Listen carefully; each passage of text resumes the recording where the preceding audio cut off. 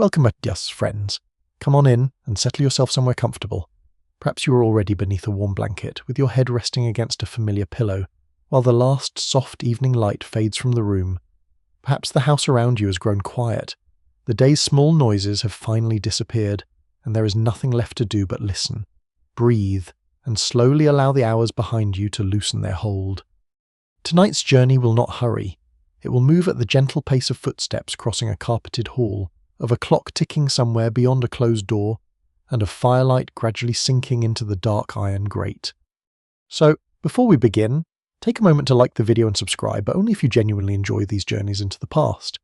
And let me know where you're listening from tonight, and what time it is where you are. There is something quietly comforting in imagining listeners scattered across distant cities, villages, coastlines, and sleeping countryside, all gathering for the same story beneath the same night sky. Now let your shoulders relax and allow the present to soften around you. Tonight, we are stepping back into the closing decades of the 19th century, into an age of railways, fortunes, imported marble, silver dinner services, and houses built not merely for shelter, but for display. These were the great mansions of America's Gilded Age, rising above avenues and estates like private palaces, their roofs crowded with chimneys, their windows glowing through winter mist, and their front doors guarded by polished brass, carved stone, and the careful silence of wealth. From the street, such a house appeared complete. That was part of its purpose. A visitor arriving by carriage would see the broad steps, the tall entrance, and perhaps a doorman waiting beneath a stone arch. Beyond him lay the entrance hall, where dark wood gleamed beneath electric lamps or gaslight, depending on the year and the preferences of the owner. There might be an Italian marble floor, a French tapestry, a fireplace copied from an English manor, and a staircase wide enough for 3 guests to ascend side by side without touching shoulders. Everything visible had been arranged to suggest permanence. The mansion seemed calm, effortless, and almost self-sustaining. Coats vanished from guests' hands, fires were already burning, flowers appeared fresh, dinner arrived in precise courses, doors opened before anyone reached for them, bedrooms were warmed, baths were prepared, and muddy shoes were somehow cleaned before morning, yet none of this happened by magic. Behind the carved walls and painted ceilings existed another house, narrower and darker, threaded through the grand one like a hidden system of veins. It was a house of service passages, back stairs, workrooms, bells, cupboards, basement corridors, and doors designed not to be noticed. The public mansion displayed the family's wealth. The concealed mansion protected the illusion that wealth required no labour. No one can quite agree whether every owner fully understood the complexity of the machinery surrounding them. Some certainly did. Others seem to have moved through their homes as though clean linen, polished silver, and hot water were simply natural properties of architecture. A wealthy guest might spend an entire evening beneath a glittering ceiling, without realizing that a maid stood only a few feet away, waiting silently behind a disguised panel. The first impression began at the entrance. The front door was more than a practical opening. It was a boundary between ordinary life and a carefully staged world. The visitor crossed from the noise of horses, wheels, rain, and street vendors into a controlled interior where weather itself seemed to lose its authority. Heavy curtains blocked drafts, coal fires warmed the hall, umbrellas disappeared into stands, wet cloaks were carried away before they could drip onto expensive floors. In older European castles and manor houses, rushes had once covered stone floors, absorbing mud, food scraps, and the dampness carried in from courtyards. Gilded Age families preferred polished oak, mosaic tile, and thick carpets, but the ancient anxiety about dirt remained. The outside world was still considered disorderly. Servants stood between that disorder and the family's rooms. A footman might take a guest's coat while another quietly studied the name on the calling card. Social customs were exacting. Visitors did not simply knock and wander inside. During formal calling hours, cards were presented on trays, names were announced, and the length of a visit could carry meaning. A call that was too brief might seem cold. One that lingered too long could become a burden. Etiquette books offered guidance, although those who followed them never fully agreed on every detail. The entrance hall therefore acted almost like a stage. Guests paused there long enough to understand the household's ambitions, A ceiling might rise 2 stories overhead. A medieval-style suit of armour might stand near the staircase, purchased from a dealer and placed beneath a stained-glass window. Wealthy Americans often filled their homes with fragments of imagined European antiquity carved chests, Gothic chairs, old tapestries, monastery screens, and portraits of ancestors who were not always their own. The effect was meant to suggest history, even when the family fortune had been made only a generation earlier in railroads, mining, steel, banking, or shipping. There was a quiet insecurity beneath the grandeur. Old aristocratic houses inherited their age. Gilded Age mansions often had to manufacture it.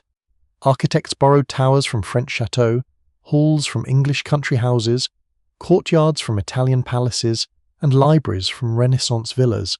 One room might resemble Versailles, while the next imitated a Tudor manor. The result could be magnificent. Though occasionally a guest might have felt that several European centuries had been invited to dinner without first being properly introduced. Still, the public rooms performed their duty.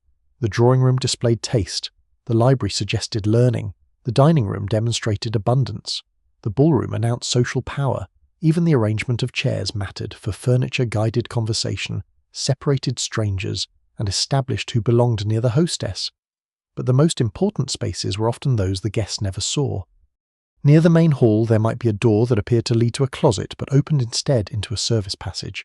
A narrow staircase might rise behind the wall, its steps covered with plain material rather than fine carpet. A speaking tube could connect the entrance with the kitchen or butler's pantry. Wires from electric bells ran beneath plaster and wood, allowing a touch from the family to summon someone from another floor. The bells themselves were usually kept out of sight. In the servants' hall or basement corridor, a row of indicators might identify the room from which a call had come. Library, morning room, blue bedroom, dining room. Each ring demanded interpretation and speed. A servant was expected to appear promptly, but never breathlessly. The ideal was presence without visible effort. This expectation shaped the entire plan of the house. Public corridors were broad, decorated, and well lit. Service corridors were narrow, practical, and often windowless. The family moved through one system while servants moved through another. Their paths crossed only where duty required it.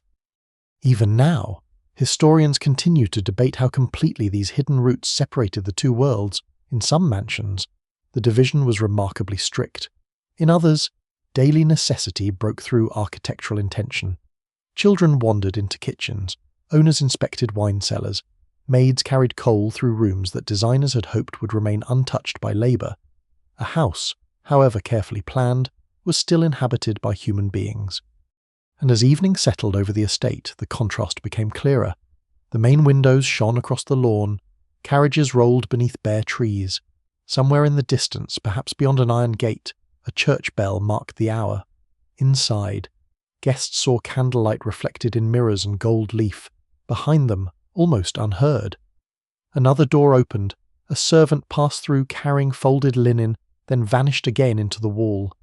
The mansion appeared still. Its hidden rooms were only beginning to wake. The servant disappeared so completely that a guest might have wondered whether the panel had truly opened at all.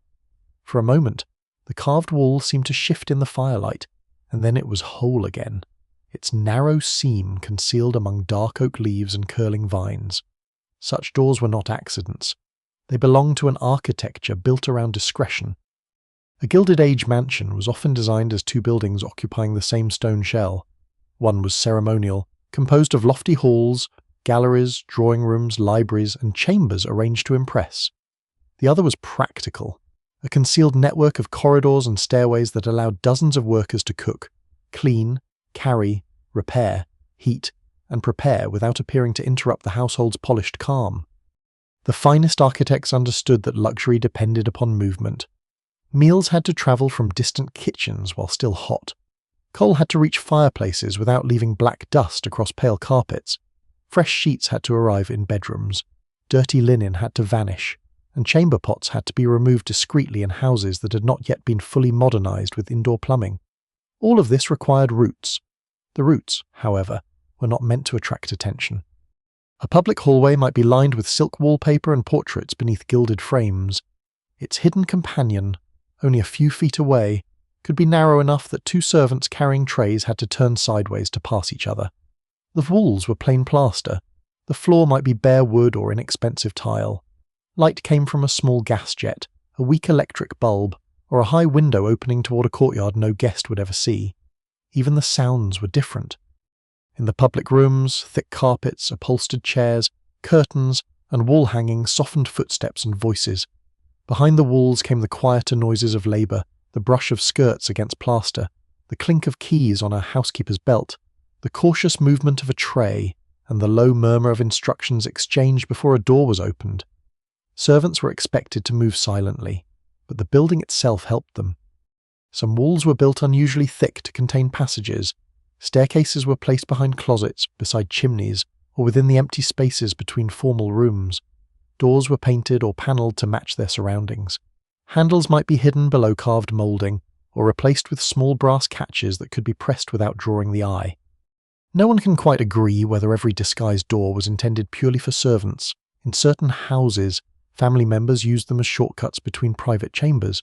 In others, they offered discreet entrances for doctors, dressmakers, business partners, or guests whose arrival was not meant to become common knowledge. Privacy had many forms. A wealthy household lived beneath constant observation. Guests watched the hostess, servants watched the guests, children watched the servants, newspapers watched the family, especially if its fortune and marriage arrangements or social rivalries were considered interesting enough to print. The mansion therefore offered refuge through separation. An owner might leave the library through a hidden door rather than cross a crowded reception room. A lady could move from her bedchamber to a dressing room without entering the main corridor. A nervous guest might be guided out through a side passage after feeling faint at dinner. Even mourning could be concealed, with doctors and undertakers entering by service doors so that the household's public face remained composed. Architectural drawings reveal how deliberate these divisions could be. Rooms were not merely arranged according to beauty, but according to rank and visibility. The closer a space stood to the family's public life, the more decorated it became. The farther it moved toward labour, the more ornament disappeared. A grand staircase might curve upward beneath a painted ceiling, its balustrade carved by craftsmen over many months. A servant's staircase behind it could be steep, enclosed, and barely wide enough for a laundry basket. The difference was not subtle. Earlier European manor houses and castles had also divided noble spaces from working ones. Medieval halls often placed kitchens at a distance because of smoke and fire, while servants slept in lofts, passages, or crowded chambers near their duties. Rushes covered floors, beeswax candles illuminated noble tables, and cheaper tallow lights burned where status mattered less. Gilded Age builders borrowed the romance of those old houses while refining their separation. They admired stone arches, heraldic shields, oak screens, and the solemn appearance of ancient halls. But they did not admire smoke-filled chambers, damp bedding, or servants crossing openly with buckets. Modern wealth wanted the appearance of history without its inconvenience. The solution was concealment. False walls became especially useful in libraries and dining rooms, where uninterrupted panelling created a sense of dignity. A row of carved wooden panels might include one that opened into a pantry. Bookshelves could swing outward. A section beside the fireplace might conceal a narrow stair. Guests rarely suspected how close the working household stood. During dinner, footmen waited in the butler's pantry listening for signals. Behind a closed door, plates were warmed, wine was prepared, and serving dishes arranged. When the moment came, the door opened, the course appeared, and the door closed again. The meal seemed to unfold by itself. This illusion required planning precise enough to resemble choreography. Architects studied the distance between kitchen and dining room. Too far, and food cooled. Too close, and guests might hear pans, voices, or the chopping of meat. Smells were another concern. Ventilation shafts, thick doors, and separated stairwells helped prevent the scent of roasting, soap, coal smoke, and boiled laundry from drifting into formal spaces. Some houses even included small intermediate rooms where trays paused before entering the dining room. These spaces acted as boundaries between visible elegance and invisible work. They were architectural versions of holding one's breath. The housekeeper understood these routes better than almost anyone. She knew which doors creaked, which corners trapped dust, and which stair was safest when carrying hot water. Her ring of keys opened linen closets, storage rooms, medicine cupboards, and chambers containing valuables. In some households, servants believed that losing a key invited more than dismissal. Old superstitions warned that keys dropped at night foretold an argument, while a door opening by itself might signal an unseen visitor. Such beliefs lingered even within houses equipped with electric bells and modern boilers. Technology did not entirely banish the older imagination. A faint movement behind a wall could be a maid passing through a corridor, a heating pipe contracting, or something less easily named. Servants working late knew the mansion in darkness, when its public magnificence faded and every concealed passage seemed deeper than it had by day. Night altered the architecture. Moonlight touched the main staircase through stained glass, but the back corridors remained dim. Wind pressed softly against the roof. Somewhere below, a furnace door opened, then closed with a hollow iron sound. A clock chimed in a room where no one sat. The hidden plan of the house continued to function. A maid carried a pitcher toward an upstairs bedroom. A footman checked the bolts on a side entrance. The butler moved through the pantry, counting silver beneath a shaded lamp. Their footsteps followed routes drawn years earlier in an architect's office. Lines on paper now transformed into narrow passages behind marble, oak, and gold. The guest saw only the grand house. Those who worked within it knew the second one by heart. Those narrow passages were more than shortcuts. They formed the quiet bloodstream of the mansion, carrying food, linen, messages, coal, water, and human effort from one hidden chamber to another. In daylight, they could seem almost ordinary. A plain corridor ran behind the dining room wall, a service door opened beside a chimney breast. A stair descended toward the pantry, then turned sharply before reaching the basement. Yet taken together, these modest spaces created a private geography that most guests never understood. The family knew the mansion through its rooms. The servants knew it through its roots. A maid beginning her morning might leave the servants' quarters before sunrise and enter a passage scarcely wider than her shoulders. The walls were cool, even in summer. Pipes ran overhead. Small shelves held candle ends, cloths, and bottles of polish. At intervals, a door opened toward a bedroom or linen closet. She was expected to know not only where each route led, but when it could safely be used. Entering too early might wake the household. Entering too late might delay breakfast. Crossing a visible corridor at the wrong moment could draw a glance from a guest, evidence that the machinery of comfort had become too noticeable. The ideal servant arrived when needed and vanished when not. This expectation was not entirely new. In medieval castles, servants moved through screened passages and narrow stairs near kitchens or great halls. A lord's household depended on people carrying trenchers, ale, firewood, rushes, and buckets through spaces rarely described by chroniclers. The noble table might glow beneath beeswax candles, while beyond the carved screen a kitchen boy struggled with a smoking pot of pottage. The Gilded Age mansion transformed that old division into something more intricate. Its passages were planned with the precision of a railway timetable. One route served the dining room, another connected bedrooms to the laundry, a third allowed coal to move upward from the basement. In large houses, separate stairs might be assigned to men and women, or to senior and junior staff, though no one can quite agree how consistently such rules were observed once the house grew busy. Daily necessity had little respect for perfect plans. At breakfast, the passage behind the morning room filled with restrained activity. Coffee arrived in silver pots, toast beneath folded napkins, and newspapers sorted according to preference.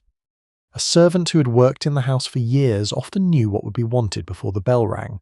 She knew which curtain should be opened halfway, which fire needed another shovel of coal, and which door must never click shut.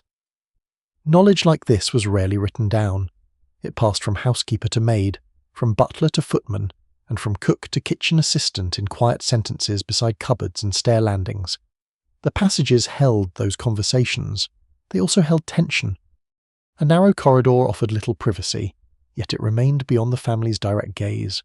Servants could whisper there about a difficult guest, a missing spoon, a coming dinner, or a rumour that someone might be dismissed. They could pause for a breath after carrying a heavy tray, though lingering was dangerous if the housekeeper was nearby. Some households forbade unnecessary talking while on duty. Servants' manuals advised calm voices and a refusal to gossip. Whether these ideals reflected real behaviour is another matter. People have always found narrow places in which to exchange wide stories. The walls themselves sometimes seemed to listen. A service passage often ran so close to a drawing room that conversation carried through the panelling. A maid waiting outside might hear a marriage proposal, a financial dispute, or the first quiet signs of a family quarrel. She was supposed to forget such things. Most probably tried. Others remembered. The hidden corridor became a place where social distance and intimate knowledge existed together. A servant might know when a wealthy man took his medicine, which letters a woman burned, or that a harmonious couple slept in separate rooms. Yet that servant still stood silently at the room's edge, addressed only when something was wanted. There were practical dangers. Passageways were poorly ventilated, gas lighting could leak, and stairs turned sharply. Hot water sloshed from pitchers while trays were balanced around corners. A dropped plate behind the wall was less visible, though the sound travelled surprisingly well. Fire remained the most serious fear. Kitchens, gas jets, candles, and coal furnaces made every large house vulnerable. Some service doors were lined with metal, and buckets of sand or water kept nearby. Servants were expected to know the quickest route out, although the hidden plan could become a confusing maze. Older beliefs accompanied these fears. Some servants avoided carrying a candle through a passage after it had extinguished itself without wind, believing the darkness warned of illness or death. Others placed a religious medal or sprig of protective herb inside a trunk. Such practices would not have seemed strange to medieval people, who hung saints' tokens near beds, carried pilgrim badges, or trusted rosemary, rue, and blessed wax against unseen harm. Modern houses did not always produce modern minds. As evening deepened, the passages changed character. Daylight vanished from their small windows. Lamps cast weak circles against plain walls. The grand rooms beyond filled with music, conversation, and reflected gold, while the hidden corridors remained muted. Rain brushed against the roof, soft at first, then steady. Wind moved through bare branches. Somewhere in the servants' hall, a clock marked the quarter hour. Farther away, a church bell sounded across the darkened streets, its tones softened by weather and distance. A footman waited behind the dining room door with a tray held level against his palms. Beyond the panel, guests spoke about art, railroads, marriages, and money. Behind him, another servant approached carrying warmed plates. They passed without collision through a practiced turn of shoulders, each moving as though the other had been expected from the beginning. That was the quiet achievement of the passageway. It allowed labour to flow without appearing to gather. It connected the visible and invisible house while keeping them apart. It carried every sign of effort toward the family, then carried the evidence of use away again: empty glasses, crumpled napkins, ash, muddy boots, wilted flowers, cooling dishes, and linen marked by ordinary human life. By midnight, the passages had grown still. Only a maid with folded blankets might remain, moving toward a guest room where the fire had burned low. She opened the hidden door, crossed the dark chamber, and placed the wool covering at the foot of the bed. Then she returned through the wall. The panel closed softly behind her, and the room seemed once more to have cared for itself. The panel closed, and beyond it the maid reached the first turn of the back staircase. Unlike the grand stairway in the entrance hall, this one had not been designed to make anyone pause and admire it. There were no carved balusters, no velvet runner, no painted ceiling, and no tall windows opening toward the lawn. Its steps were narrow, steep, and enclosed between plain walls that carried every footfall upward. The servant knew each one.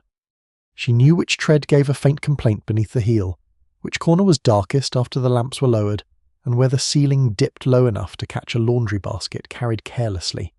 She could climb it with folded blankets balanced in both arms, scarcely looking down. These stairs connected the mansion more completely than any public corridor. They descended from the attic bedrooms of junior servants to the family's private floors, continued toward the dining rooms, then turned again toward kitchens, cellars, furnace rooms, and delivery entrances. In some great houses, several service staircases existed at once, each serving a different wing or purpose. A maid could travel from a bedroom to the laundry without crossing the main hall. A footman could carry wine upward from the cellar while remaining unseen by arriving guests. The grand staircase revealed the family's place in society. The back staircase revealed everyone else's. Architecture made rank physical. The wealthy moved upward slowly beneath chandeliers, their hands resting on smooth polished rails. Servants climbed behind the walls, often carrying something heavier than themselves. Guests ascended broad steps that encouraged graceful movement. Workers used stairs built for speed and economy, where turning sideways was sometimes necessary when two people met. No one can quite agree whether architects deliberately intended every discomfort of the back stairs as an expression of hierarchy. Narrow construction also saved valuable space, reduced expense, and allowed service routes to fit behind larger rooms. Yet whatever the original intention, the result was unmistakable. Comfort belonged to those being served. Efficiency belonged to those doing the serving. The daily rhythm of the household passed over these steps. Before dawn, kitchen maids descended toward the basement while the family remained asleep. Their shoes moved quietly over unfinished wood. One carried an apron and cap folded beneath her arm. Another carried a candle protected by a shallow metal guard so that dripping wax would not fall upon her hand. Below, the cook's fire had to be revived. Coal was brought forward, ash removed, water heated, and the first kettles set in place. Breakfast would not appear for hours, but the house had already begun its labour. By the time sunlight reached the formal bedrooms, servants had climbed the stairs many times with coal scuttles, hot water, polished shoes, clean towels, newspapers, and trays. Even a simple morning required astonishing movement. Water was especially demanding before plumbing became reliable throughout the entire house. Pitchers were filled below and carried upward to washstands. Baths might require repeated journeys with heavy cans of hot water. Used water then travelled downward again. A wealthy resident could wash in private without seeing the effort required to place warmth in the basin. Chamber work followed its own careful customs. A maid entered quietly, opened curtains, tended the fire, emptied basins, and straightened bedding. Feather mattresses might be turned, sheets aired, and rugs brushed. In earlier centuries, people had scattered herbs among floor rushes to soften smells.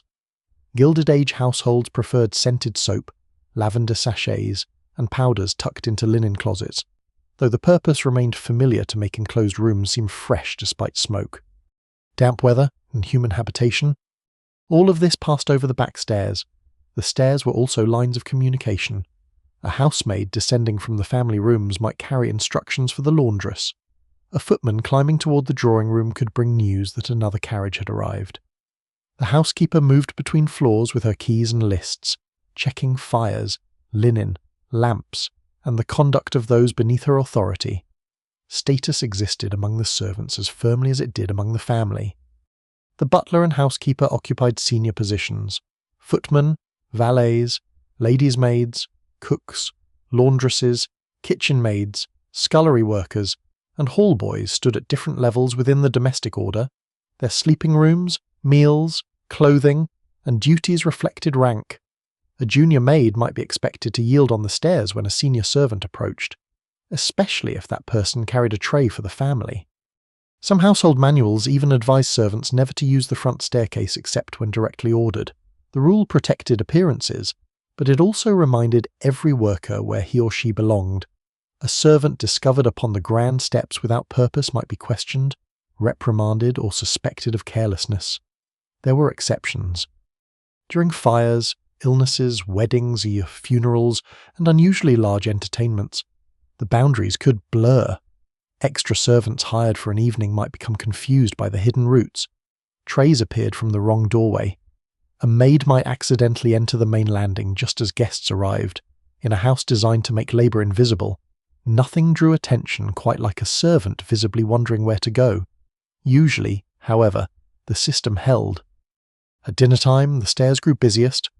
Courses travelled upward from the kitchen, sometimes by dumbwaiter, sometimes by hand. Empty dishes descended. Bottles came from cellars. Fresh napkins arrived from storage cupboards. A cook might send a message that a sauce could not wait, while the butler insisted that the dining room was not yet ready. Between them stood the staircase, receiving everyone's urgency without complaint. Its wooden rail became smooth beneath countless hands. The walls gathered marks from baskets, coal scuttles, trunks, and furniture. Small repairs were made without ornament. A cracked step might be strengthened from beneath. A dim gas fixture might be replaced by an electric bulb, though some servants distrusted the new light at first, saying it was too harsh or strangely cold.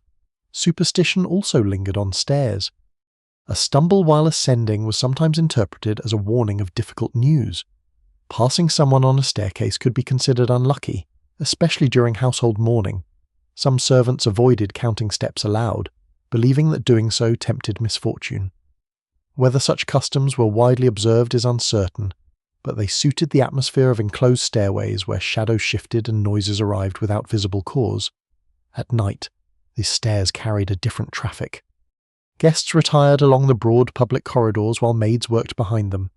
Candles were placed near beds, fires were covered, curtains were drawn, clothing was collected for brushing or pressing, shoes were carried below, where dried mud was removed before morning. The mansion gradually darkened from its highest rooms downward. Beyond the roof, rain passed over chimneys and slate. Wind pressed softly against attic windows. Somewhere in the city, wheels rolled over wet stone, then faded. A distant church bell marked the hour, its sound entering the house through walls too thick to admit much else. On the back staircase, a single lamp remained burning.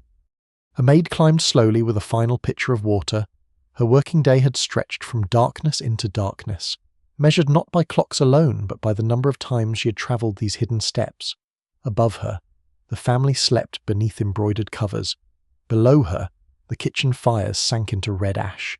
Between those two worlds, the staircase rose through the walls, plain, steep, and almost unseen, holding the entire mansion together one tired footstep at a time. The hidden staircase descended into the basement, where the polished illusion of the mansion gave way to heat, stone, steam, and work. Here, beneath the carpets and chandeliers, the house revealed its true appetite. It required coal by the ton, water by the barrel, food by the crate, soap, ice, linen, brushes, polish, and an endless supply of hands willing to carry them. The family above might think of the mansion as a place of beauty and repose. Those below knew it as a living machine that had to be fed from before sunrise until well after midnight. The kitchen stood at the centre of this underground world. In the grandest houses, it was not a single room but a complex of connected spaces: the main kitchen, scullery, pastry room, cold pantry, meat larder, and servants' hall. Copper pans hung from hooks, iron ranges radiated heat, shelves held flour, preserves, spices, and dried herbs. The cook ruled this territory with an authority that could rival the housekeeper's. She planned menus, supervised assistants, judged deliveries, guarded recipes, and managed the timing of elaborate meals. A dinner of 10 courses could require days of preparation. Stocks simmered, sauces reduced, jellies cooled, pastries rested, and meats were trussed or marinated. No one can quite agree how often wealthy families understood the difficulty of this work. Some owners took a keen interest in menus. Others seemed to believe that turbot, venison, and moulded desserts emerged from the basement by a natural law of refinement. Before dawn, a kitchen maid knelt beside the range, clearing ash and coaxing the fire back to life. Coal dust settled into her cuffs and hair. Water was heated in kettles, floors were scrubbed, vegetables were washed in cold basins. Bread arrived from a bakery or was prepared within the household. Breakfast could include eggs, fish, chops, porridge, toast, preserves, coffee, tea, and fruit. Guests expected variety. Servants expected leftovers, though even leftovers followed rank. Upper servants might receive better cuts, while junior staff ate simpler fare in the servants' hall. That hall was one of the most important rooms below stairs. Long tables, plain chairs, a clock, and a cupboard for crockery formed its modest furnishings. The butler or housekeeper might sit at the head of the table. Conversation was controlled in strict households, though it was difficult to silence an entire staff after a long day. News travelled there. A new guest's habits were discussed. A broken dish was mourned. A missing bottle was noticed. A maid's homesickness might become evident over tea. Personal letters were treasured, and some servants kept religious cards, pressed flowers, or photographs inside drawers near their narrow beds. The basement was not merely a workplace. It was also a compressed community. Yet privacy remained scarce. The kitchen belonged to the cook. Passageways carried supervisors and messages. Bedrooms might be shared. The same architecture that concealed servants from the family left servants exposed to one another. Beside the kitchen lay the scullery, a room of water, grease, and relentless repetition. Here, pots were scrubbed, pans scoured, vegetables cleaned, and refuse sorted. The scullery maid held one of the lowest positions in the household. Her work was wet, heavy, and often performed in poor ventilation. Hands cracked from hot water and strong soap. Simple remedies included glycerin, mutton fat, or lavender-scented salves, though whether these brought much relief is uncertain. Older habits survived in cleaning. Sand, brick dust, vinegar, whiting, and lemon could be used as polishing agents. Silver demanded particular care. Copper pans had to shine. Wooden tables were scrubbed along the grain. The ideal kitchen presented order even while producing disorder from morning until night. Nearby stood the coal rooms, their walls dark and floors gritty beneath the boot. Coal arrived through chutes and was stored in quantity, for fireplaces, ranges, boilers, and water heaters consumed enormous amounts. Scuttles were filled below and carried upward by servants whose clothing bore the evidence no matter how carefully they worked. The furnace room was hotter still. Pipes disappeared into ceilings and walls, carrying warmth toward rooms where residents complained if the temperature varied by a few degrees. Boilers hissed, valves required attention. Ash had to be removed.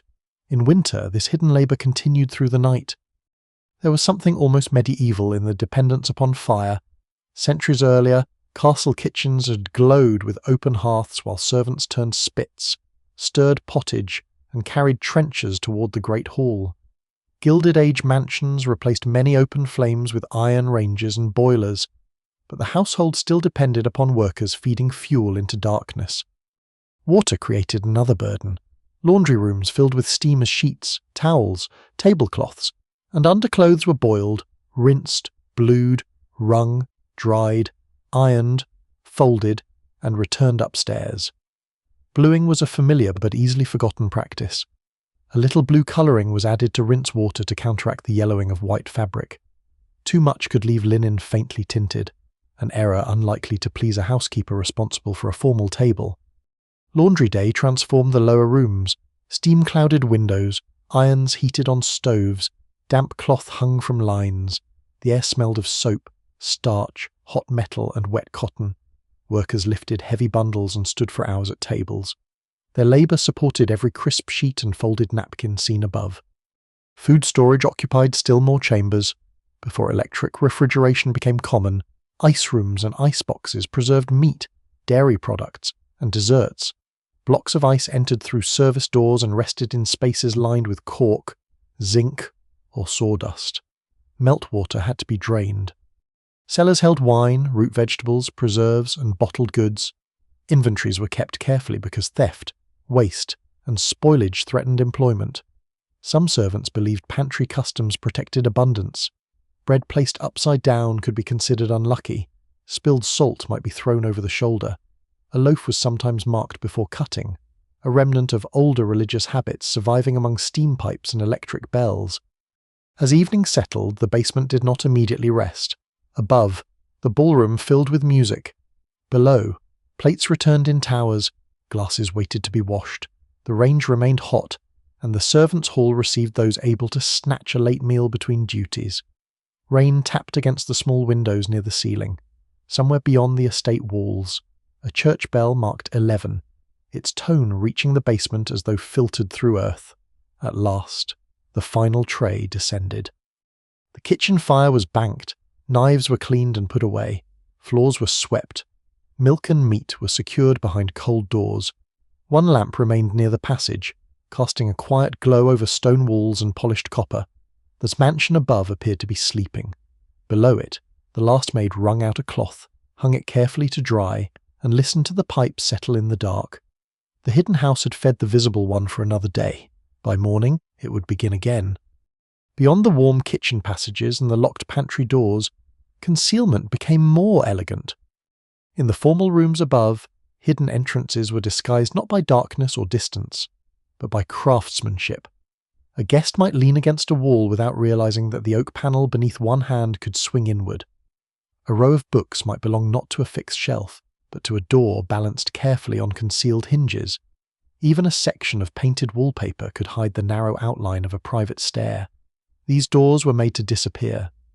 Their surfaces repeated the patterns around them: carved flowers, linen fold panels, gilded mouldings, or rows of imitation book spines. Handles were small, recessed, or placed where an unfamiliar hand would not naturally search. Some opened by pressing a catch beneath a ledge. Others required a key held by the family, the housekeeper, or a trusted servant. The library was especially suited to such deception. Its walls were often lined from floor to ceiling with dark shelves, creating dozens of natural divisions where a doorway could be hidden. A false bookcase might open toward a study, a service corridor, or a private stair leading to the owner's bedroom. From the public side, the room remained solemn and complete, its books arranged beneath portraits, globes, and shaded lamps. On the other side of the shelves, the atmosphere changed immediately. The polished floor might give way to bare boards. The warm glow of the library became the dim light of a narrow passage. Voices were muffled by wood and plaster. A servant could stand only a few feet from the family and remain entirely unseen. No one can quite agree how frequently these library doors were used for secrecy in the dramatic sense. Later stories often describe clandestine meetings, hidden romances, or sudden escapes from creditors. Some such tales may contain truth, but many grew more elaborate after the mansions had passed into legend. Their ordinary uses were usually more practical. A servant could enter to replenish coal without crossing the public hall. A secretary might bring private correspondence. An owner could move between a study and bedroom without encountering guests. During a large reception, family members might retreat through a concealed door when the strain of smiling and conversation became too great. Even magnificent houses needed places to disappear. Dining rooms also contained disguised entrances, though here their purpose was most often service. The wall panelling might include a door leading directly to the butler's pantry. Because its edges followed the carved lines of the wood, it nearly vanished when closed. This arrangement protected the ceremony of dinner. Guests saw footmen emerge with silver dishes and return with empty plates. They did not see the crowded space beyond, where courses waited beneath covers, wine was decanted, knives were wiped, and instructions passed in low voices. The hidden door acted like a curtain in a theatre. On one side, conversation unfolded beneath chandeliers. On the other, servants worked quickly to preserve the appearance that no one was hurrying at all. Timing mattered. Opening the door at the wrong moment could expose a stack of dishes or release the smell of the kitchen. A skilled footman waited until another servant was ready, turned the handle without sound, passed through, and closed the panel before the guests had reason to glance up. The same doors could create uncomfortable moments. A servant waiting behind the panel might overhear criticism of the meal, gossip about another household, or complaints about the staff. A guest could speak freely, believing the walls to be solid. Yet behind the carved wood stood someone who knew exactly how much effort had gone into the soup being dismissed as too cool. The servant was expected to show no reaction. Bedchambers contained subtler entrances. A lady's room might connect to a dressing chamber through a door concealed within mirrored panelling. Another opening could lead toward her maid's working space. In some houses, a narrow passage allowed a servant to tend the fire, prepare clothing, or remove a breakfast tray without entering through the main corridor. Privacy was valuable, but it depended on access. Wealthy residents wanted assistance close at hand while also wishing to feel alone. The hidden door solved this contradiction. A maid could appear quickly when summoned, yet remain outside the visible boundaries of family life. These arrangements recalled older manor houses, where private chambers sometimes opened into wardrobes, closets, or small oratories. Medieval nobles might retreat from the great hall into rooms guarded by thick oak doors, while attendants waited nearby with fur-lined cloaks, candles, or cups of spiced ale. The Gilded Age borrowed the intimacy of those older arrangements and disguised it behind polished modern surfaces. Small religious rooms sometimes had concealed access as well. A private chapel or prayer alcove could stand behind a bedroom or study. Although public society celebrated progress, electricity, and industrial fortune, personal beliefs remained complicated. Some owners kept devotional objects, family Bibles, relic-like souvenirs from European pilgrimages, or fragments said to come from ancient churches. Whether every object possessed the history claimed for it was uncertain. Dealers understood that wealthy collectors desired age and mystery. A carved panel described as medieval might have been heavily restored. A chest said to come from a monastery could be assembled from pieces of several old objects. Yet within the mansion, such items became part of the family's private mythology. Secret doors strengthened that atmosphere. A panel opening beside a faded tapestry suggested continuity with castles, abbeys, and ancestral houses, even when the mansion itself had been completed only a few years earlier. Guests might admire the romance of concealment without thinking about the servants using the same door to carry coal. There were also doors intended to protect valuables. A study might contain a concealed safe hidden behind a painting or wooden panel. Business papers, jewellery, cash, and private letters could be stored there. The age's fortunes were immense, but so were its fears of theft, scandal, and financial collapse. A locked drawer could be forced. A hidden chamber seemed safer. Some families employed watchmen at night, while servants checked windows and bolts before retiring. Household beliefs added another layer of caution. A door found open in the morning might be treated as a warning. A key breaking in a lock could be interpreted as a sign of coming trouble. Such superstitions resembled older customs surrounding thresholds, which medieval people often regarded as vulnerable boundaries between safety and the uncertain world beyond. Protective symbols had once been carved into beams and door frames. In later mansions, horseshoes, religious medals, or small charms might still be placed discreetly near entrances, even by people who claimed not to believe in them. At night, concealed doors seemed less practical and more mysterious. The public rooms darkened one by one. Lamps were lowered. Mirrors reflected only the last red glow of the fire. Rain moved across the tall windows, and tree branches brushed softly against the glass. A footman crossed the library to check the locks. For an instant, the room appeared empty except for rows of books and the pale face of a clock. Then part of the shelving moved. A servant stepped through, carrying a tray with one untouched glass, and the wall closed behind him. The clock continued ticking. Beyond the panel, footsteps receded along a narrow passage. Within the library, nothing seemed disturbed. The chairs remained still. The curtains hung motionless. The shelves once again appeared solid and permanent, guarding both the family's books and the quieter truths of the house. The mansion concealed labour, valuables, weakness, and retreat behind the same polished surfaces. And every hidden door, however beautifully made, opened onto a world the guests were never expected to see. Behind the concealed dining room panel lay a sequence of smaller rooms where the mansion's abundance was counted, polished, locked, and guarded. The first was usually the butler's pantry. Despite its name, it was not merely a cupboard filled with food. In a large household, it served as the controlled border between kitchen labour and formal dining.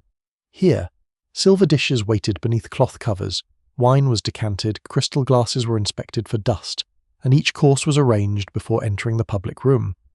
The air carried a mixture of beeswax polish, cork, linen, and faint traces of whatever the kitchen had prepared below. Shelves lined the walls. Drawers were divided into narrow compartments for knives, forks, spoons, serving pieces, and tools whose purposes were obvious only to someone trained in formal service. There were fish knives, fruit knives, marrow spoons, oyster forks, asparagus tongs, grape scissors, sugar nippers, and small implements for dishes that appeared only on particular occasions. A dinner table could display an entire language of metal, and guests were expected to read it without asking too many questions. The butler understood every piece. He knew which service belonged to the family, which had arrived through marriage, and which had been purchased to impress a particular circle of guests. He knew the weight of the large salvers, the number of engraved forks, and the location of a dent that only he seemed able to see. Every item was recorded. Silver was too valuable to be treated casually. In some mansions, the pantry contained a ledger listing each piece by type, pattern, and quantity. Items were counted before and after major dinners. A missing teaspoon could bring suspicion upon the entire staff, even when it had merely been carried away beneath a folded napkin or left among dishes in the scullery. No one can quite agree how frequently silver actually disappeared through deliberate theft. Household manuals warned about dishonest servants, but such books were often written from the employer's point of view and tended to assume danger wherever supervision weakened. Accidents, poor accounting, and guests with careless habits may have explained many losses. Still, the fear was real. The silver vault was built to answer it. In the grandest houses, this could be a small fireproof room with thick walls, an iron door, and shelves lined with felt or baize. Some stood beside the butler's pantry, others were hidden in the basement, close to the wine cellar and accessible only through locked corridors. At night, valuable pieces were wrapped, placed inside, and secured. The butler might keep one key while the owner held another. In certain households, senior servants were required to sign inventories or report every movement of expensive tableware. The vault contained more than utensils. There were candelabra, tureens, tea services, trays, ceremonial cups, covered dishes, and presentation pieces given to commemorate weddings, business triumphs, public offices, or family anniversaries. Some objects were so heavy that they were uncomfortable to use, but usefulness was not always the point. Silver displayed permanence. It carried engraved crests, initials, dates, and decorative scenes borrowed from older European styles. A newly wealthy family might commission pieces inspired by Renaissance courts or medieval banquets, filling the dining room with objects meant to suggest generations of inherited tradition. Centuries earlier, noble households had guarded plate with similar care. Medieval treasuries stored cups, reliquaries, candlesticks, and precious vessels behind oak doors and iron locks. Great lords sometimes travelled with their valuable plate packed into chests, while monasteries kept sacred objects in locked sacristies. The Gilded Age silver vault belonged to a modern industrial fortune, yet the instinct behind it was ancient. To own shining metal was to make wealth visible. To lock it away was to admit that visibility brought danger. The pantry walls held quieter treasures. Fine linen was stored in presses and cupboards, folded with exact edges and sometimes separated by sheets of tissue paper. Tablecloths could be immense, made for tables extended to receive dozens of guests. Napkins were embroidered with monograms. Damask patterns emerged when the cloth caught the light. Linen required constant care. After use, stains were treated, fabric washed, starched, ironed, inspected, and folded. A housekeeper might refuse a cloth for the dining room because of a faint scorch mark almost no guest would notice. Standards were so strict precisely because luxury was meant to seem effortless. Lavender sachets, cedar, or other scented materials might be placed among stored fabric. Their perfume helped discourage insects and gave linen the fresh, dry smell associated with orderly households. Older European homes had used rosemary, sweet woodruff, or dried herbs for much the same purpose, placing them in chests or among bedding. Superstition also lingered in folded cloth. Some servants avoided laying table linen with the pattern reversed, believing it invited quarrels. A cloth accidentally placed upside down might be corrected before the family entered. Whether such beliefs were widespread is uncertain, but domestic work often gathered small rituals because repetition encouraged meaning. The wine cellar had rituals of its own. Bottles rested in dark racks, their labels recorded in another ledger. The cellar remained cool and quiet, with a smell of cork, dust, stone, and damp wood. Fine wines might have been imported from France, Germany, Spain, or Portugal. Champagne waited for celebrations. Madeira and port accompanied later courses or evening conversation. The butler controlled access. He selected bottles according to the menu, the guests, and the owner's instructions. Wine was brought into the pantry, opened carefully, and sometimes poured into decanters so that sediment remained behind. Crystal was held toward the light and polished until no trace of cloth or fingertip remained. A household cellar could become a measure of reputation. Serving an unsuitable wine was embarrassing. Running short during an important dinner was worse, yet opening a valuable bottle for an unimportant guest might be considered wasteful. The butler navigated these distinctions with quiet judgment. Food pantries nearby contained preserves, tea, coffee, spices, sugar, and imported delicacies. Many were kept under lock because such goods remained expensive and easy to remove in small amounts.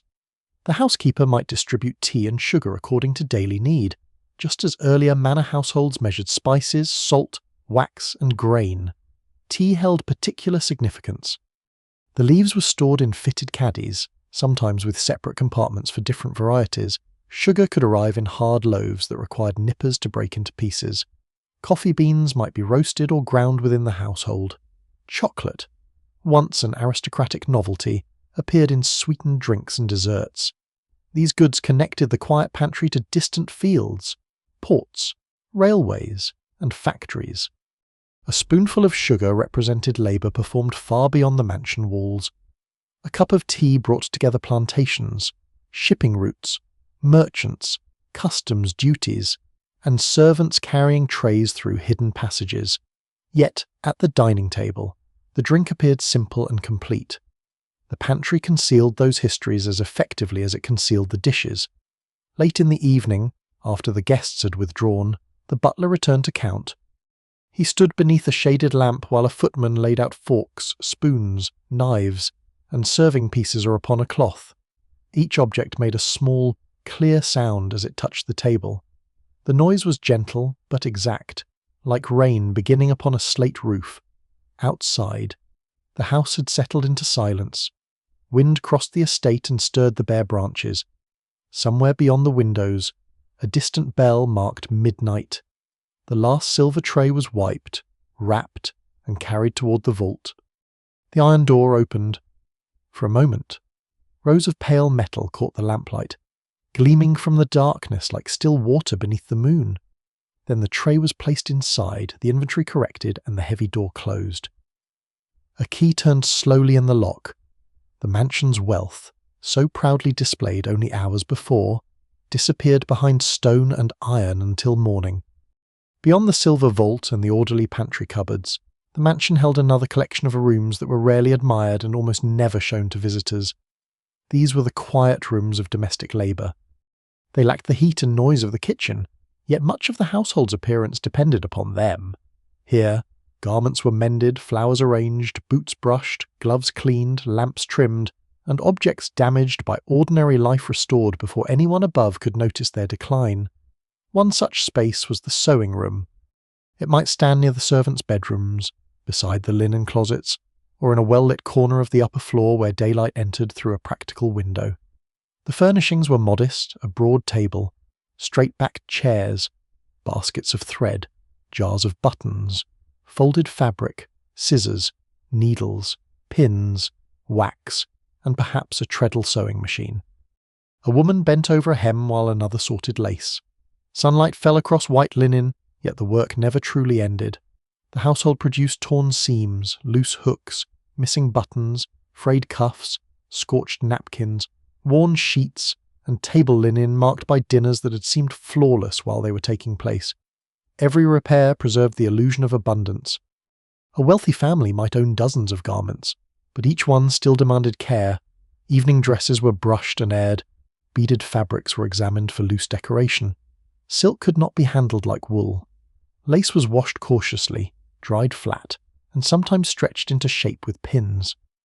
No one can quite agree how much of this delicate work was performed by resident servants, and how much was sent to professional laundresses or seamstresses. Even when specialists were employed, someone inside the mansion had to inspect and store the finished work. The lady's maid often carried this responsibility for her mistress's clothing. She knew which dress required particular gloves, which fastening tended to fail, and which stain could be concealed with ribbon. She might keep scraps of matching fabric for emergency repairs. Needles were sometimes run through wool to prevent rust, while thread could be drawn across beeswax to strengthen it and reduce tangling. Beeswax had served similar purposes for centuries. Medieval tailors used waxed thread, while noble households guarded fine cloth in chests scented with herbs. Garments were valuable enough to pass through generations, altered or remade when fashion changed. Near the sewing room there might be an ironing closet or pressing room. Heavy irons were heated and moved across damp fabric with practiced care. Some were filled with hot coals, others were warmed upon the stoves and changed as they cooled. A careless touch could scorch a shirt front or mark linen intended for the dining table. Starch gave collars, cuffs, aprons, and tablecloths their crisp form. Fabric had to be dampened evenly, folded, pressed, and left to cool without wrinkling. The result appeared simple: a maid's white apron, a gentleman's stiff collar, a napkin standing neatly beside a plate. The brushing room served another kind of restoration. Outdoor clothing arrived carrying dust, soot, horsehair, and mud from streets that were rarely as clean as the mansion's entrance suggested. Coats were hung, brushed, and inspected. Hats were shaped. Shoes and boots were cleaned with blacking, wax, and cloth until their leather reflected the light. Mud was allowed to dry before removal, because brushing wet dirt could drive it deeper into fabric. This small rule passed from servant to servant, rarely written and easily learned through error. Travelling clothes required special attention. Carriage journeys left hems stiff with dust, while winter cloaks smelled of damp wool and had to be aired. The family stepped into the house and left the weather behind. Servants carried the weather into the brushing room. Another small chamber might be devoted to flowers. Gilded age interiors were filled with arrangements, roses in drawing rooms, violets beside breakfast plates, palms in conservatories, and elaborate centerpieces for formal dinners. Their preparation required knives, wire, bowls, and damp cloths. A gardener or florist supplied the blooms.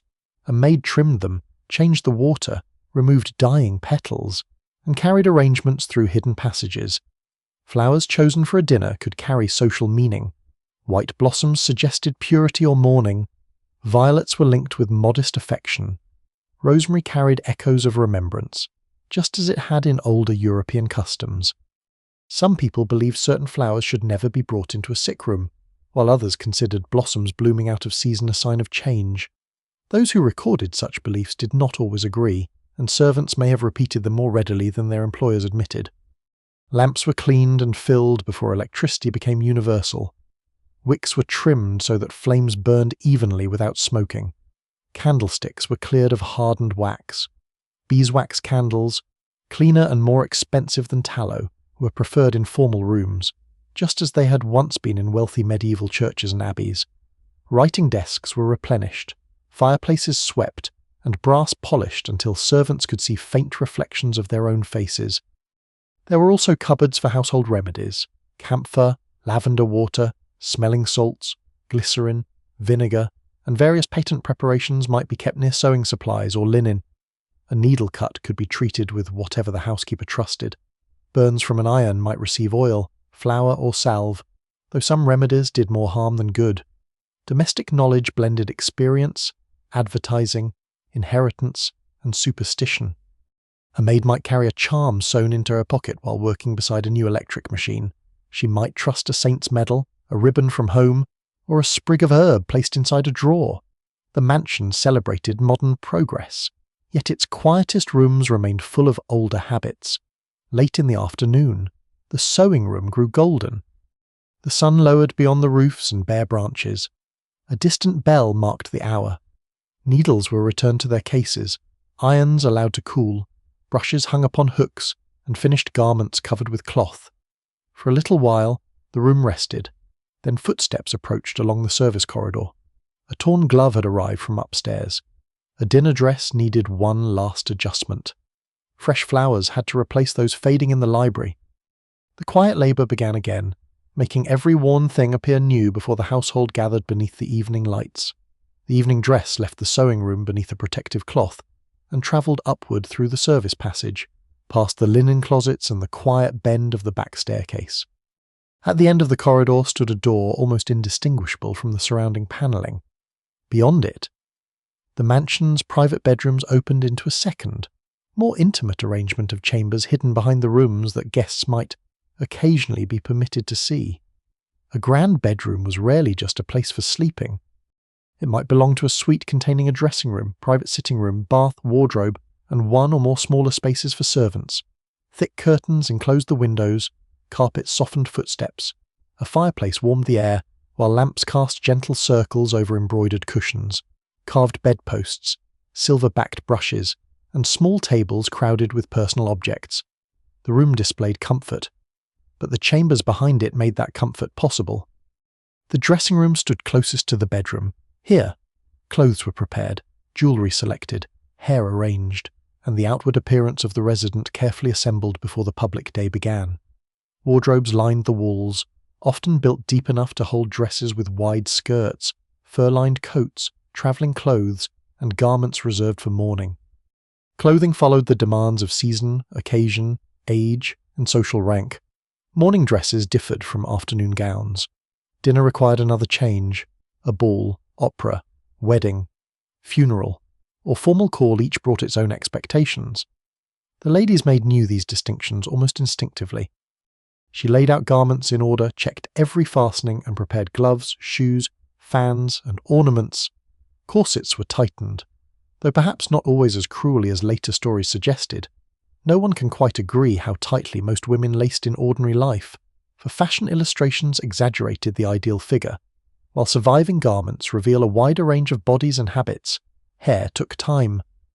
Brushes, pins, combs, curling irons, ribbons, false pieces, and small padded forms could be used to create fashionable arrangements. Curling irons were heated carefully, and a maid tested the metal against paper before bringing it near hair. Too much heat could leave a curl scorched or fill the room with an unmistakable smell. Gentlemen required their own preparations. A valet brushed coats, pressed trousers, polished shoes, selected ties, and arranged shaving tools. Collars and cuffs were often removable so they could be laundered and starched separately. A suit that appeared simple might depend upon hours of maintenance performed in a room the wearer scarcely entered. Water arrived quietly. Before plumbing reached every chamber, servants carried pitchers and cans from below. Washstands held basins, soap dishes, towels, and covered containers for used water. Baths were prepared in adjoining rooms, sometimes with fixed tubs and sometimes with portable ones brought near the fire. Even in modernized mansions, hot water was not always instant. Boilers had to be tended, pipes could cool, valves failed. A resident turning a polished tap might remain unaware of the worker below, listening anxiously to the boiler. Bathing customs varied. Some people bathed fully each day, while others relied more heavily on washing at the basin.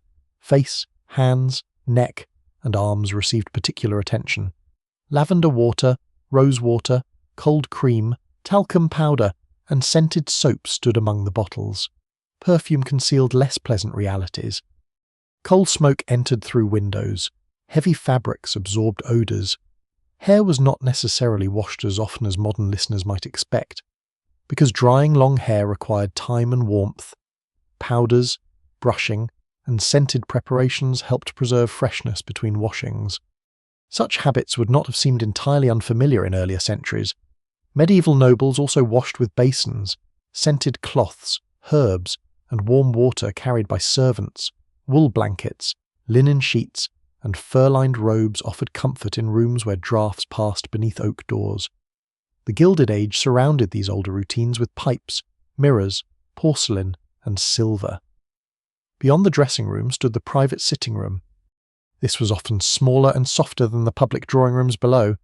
Here, a woman could read letters, take tea, receive a close friend, or rest before dinner. A man might keep a private study beside his bedroom, with business papers, a locked cabinet, and a couch upon which he could lie when illness or exhaustion made the formal rooms unbearable. Bedrooms provided a refuge from performance. Yet even here, privacy remained incomplete. Servants entered to tend fires, remove trays, prepare baths, turn down beds, and lay out clothes. Family members rang bells. Doctors came through side passages. Children appeared at unexpected hours. A resident could be alone only because someone waited nearby. The small servant rooms behind the suite answered this need. A lady's maid or valet might sleep in an adjoining chamber, especially when constant assistance was expected. The room was plain compared with the bedroom beyond it: a narrow bed, washstand, chair, hooks, and perhaps a small trunk containing personal possessions. A bell connected the two spaces. It could ring during the night for medicine, water, another blanket, or simple reassurance. Senior personal servants therefore lived in unusual closeness to their employers. They handled private clothing, heard family conversations, and recognized signs of illness before anyone else. Some became trusted companions. Others remained only employees separated by an invisible boundary, more powerful than the wall between their rooms. Night customs gathered around the bed itself. Pillows were arranged, sheets drawn back, and warming pans sometimes passed beneath the covers in colder houses. Hot water bottles gradually replaced older metal pans filled with embers, which could scorch linen if handled carelessly. A small glass of water might be left beside the bed. Medicines were measured, curtains were checked, slippers were placed where bare feet could find them. Certain beliefs survived among servants and families alike. A bed positioned directly beneath a heavy beam was thought by some to bring uneasy sleep. Shoes placed upon a bed invited misfortune.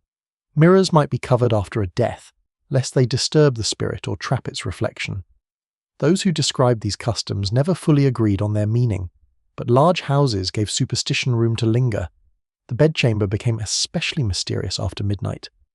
Firelight faded across the ceiling, curtains moved slightly in the draught. The clock on the mantel sounded louder than it had by day, pipes knocked within the walls, and distant footsteps might belong to a maid, a wakeful relative, or merely the old house settling around its sleeping occupants. Outside, moonlight rested on the roof and pale winter lawn. A church bell travelled faintly across the city.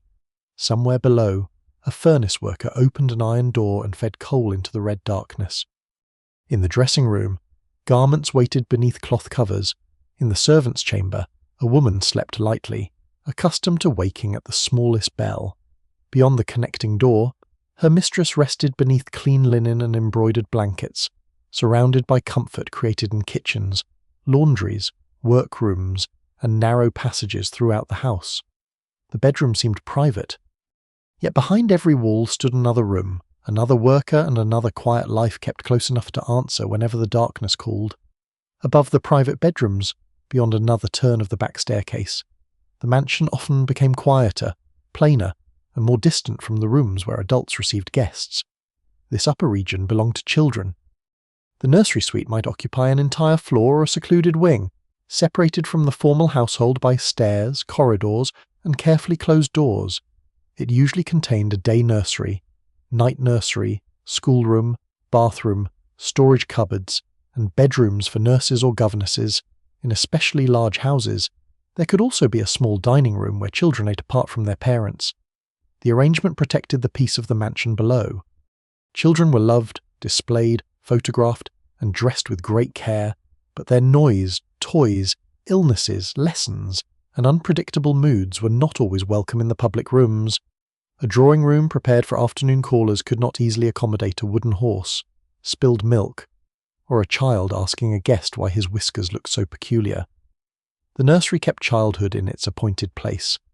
Morning began early there, curtains were opened while the lower floors remained dim, fires were stirred, wash water brought, and small garments laid out. The rooms might smell of soap, warm milk, wool blankets, and the faint coal smoke that entered almost every urban house. A nurse supervised the youngest children. She washed faces, buttoned clothing, brushed hair, gave medicine, settled quarrels, and maintained a routine that could seem as strict as any household timetable. Older children passed gradually into the care of a governess, who taught reading, writing, arithmetic, geography, French, music, and the manners expected of their class. The governess occupied an uncertain position. She was educated, respectable, and often came from a family that had lost money or social security. Yet she was neither a servant in the ordinary sense nor a member of the family. She might dine alone, sit with the children, or join the household only on limited occasions. Her bedroom was often close to the schoolroom, keeping her both physically present and socially separate. No one can quite agree how lonely governess life usually was. Memoirs describe everything from warm attachment to deep isolation. Much depended on the household, the employer, and whether the governess was treated as a trusted teacher or as an awkward reminder that education itself had to be purchased. The schoolroom was practical rather than grand. A table stood near the windows, maps hung upon the walls, slates, copybooks, ink bottles, primers, and exercise books filled shelves or cupboards. A globe might sit in one corner, giving children a view of an empire their family's business interests perhaps helped to finance. Lessons followed repetition. Letters were copied, dates memorized, French verbs recited. Piano scales travelled through the ceiling in steady, patient sequences. Mistakes were corrected, sometimes gently and sometimes with a severity that later generations might find uncomfortable. Moral instruction mattered as much as knowledge. Children were taught obedience, self-control, duty, and the importance of appearing composed. Religious readings often began or ended the day. A small Bible, prayer book, or framed verse might stand near the schoolroom mantel. Older customs remained visible in children's lives. Protective medals, christening gifts, locks of hair, and embroidered samplers were kept in boxes. Some nurses tied a charm near a cradle or placed a piece of coral among a baby's belongings, continuing beliefs that stretched back through European households for centuries. Medieval parents had also guarded children with saints' tokens, herbs, blessed cloth, and prayers whispered beside wooden cradles. Childhood mortality had made every fever frightening, and even the modern mansion could not entirely free families from that fear. The nursery medicine cupboard held castor oil, powders, syrups, poultice materials, and remedies for coughs, stomach complaints, teething, and sleeplessness. Some preparations contained ingredients now known to be dangerous. Patent medicines were advertised with confidence, and dosing instructions were not always as careful as modern standards would require. A nurse might trust a household remedy passed down from her mother more than a new bottle from the chemist. Onion syrup, warm milk, mustard plasters, and herbal teas remained common. Whether they helped depended greatly upon the illness and the dose. Sickness changed the nursery atmosphere immediately. Toys were cleared away, curtains were drawn against harsh light, a fire burned steadily. The doctor entered through a side stair or service passage, avoiding the formal rooms below. Siblings might be sent elsewhere in the house to prevent contagion. The nursery floor could then become a small island of waiting. Even in healthy times, children lived according to boundaries. They might be brought downstairs for an hour before dinner, washed, brushed, and dressed in their best clothes. They entered the drawing room, greeted their parents and guests, recited a poem or answered polite questions, then returned upstairs before the adult meal began. This ritual allowed the family to display affection without surrendering the order of the evening. The children's own dinner was simpler: porridge, bread, milk, eggs, broth, potatoes, or lightly cooked meat might be served in the nursery dining room. Rich sauces and elaborate sweets were often considered unsuitable, though festive days could bring cake, preserves, or fruit. A nurse watched manners carefully. Hands remained visible. Food was not wasted, chairs were not rocked, conversation stayed within limits. These rules prepared children for the larger table downstairs, where every fork and gesture carried social meaning. Yet the nursery also held freedom. When lessons ended, toy soldiers crossed carpets, dolls occupied miniature beds, and picture books opened onto forests, castles, voyages, and fairy tales. Building blocks became towers, a sheet over 2 chairs became a tent. Rain against the windows could transform the upper floor into a world separated from all adult concerns. Some toys were beautiful and expensive, others were worn from years of use: wooden animals, hoops, marbles, rocking horses, dolls' houses, puzzles, drums, and small theatrical stages filled cupboards. A beloved object might be repaired repeatedly by a maid rather than replaced. The nursery furniture was usually sturdy, with rounded corners and washable surfaces. Window guards prevented falls. Fire screens stood before the hearth. Even so, hazards remained everywhere: open flames, steep stairs, hot water, sharp toys, and heavy furniture. Superstitions grew around the youngest children. Some adults avoided praising a baby too openly, fearing that excessive admiration tempted misfortune. A cradle should not be rocked while empty. A child's first tooth might be saved, buried, or burned according to family belief.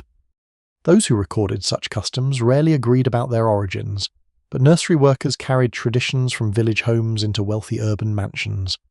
A nurse from the countryside might tell stories of church bells warning spirits away, herbs protecting sleep, or moonlight affecting a restless child. At night, the nursery softened. Lessons ended, toys were gathered and lamps lowered. Children were washed and placed beneath cotton sheets and wool blankets. A story might be read beside the fire while rain moved softly over the roof. Far below, music drifted from the ballroom. The sound reached the upper floor faintly, reduced to a distant rhythm beneath the ticking nursery clock. Carriages arrived and departed. Doors opened. Adults laughed in rooms that seemed impossibly far away. A nurse moved from bed to bed, checking blankets and touching a forehead for signs of fever. The governess closed her book in the next room. Wind pressed against the glass. Somewhere beyond the estate, a bell marked 10. The mansion's public life continued below, bright and formal.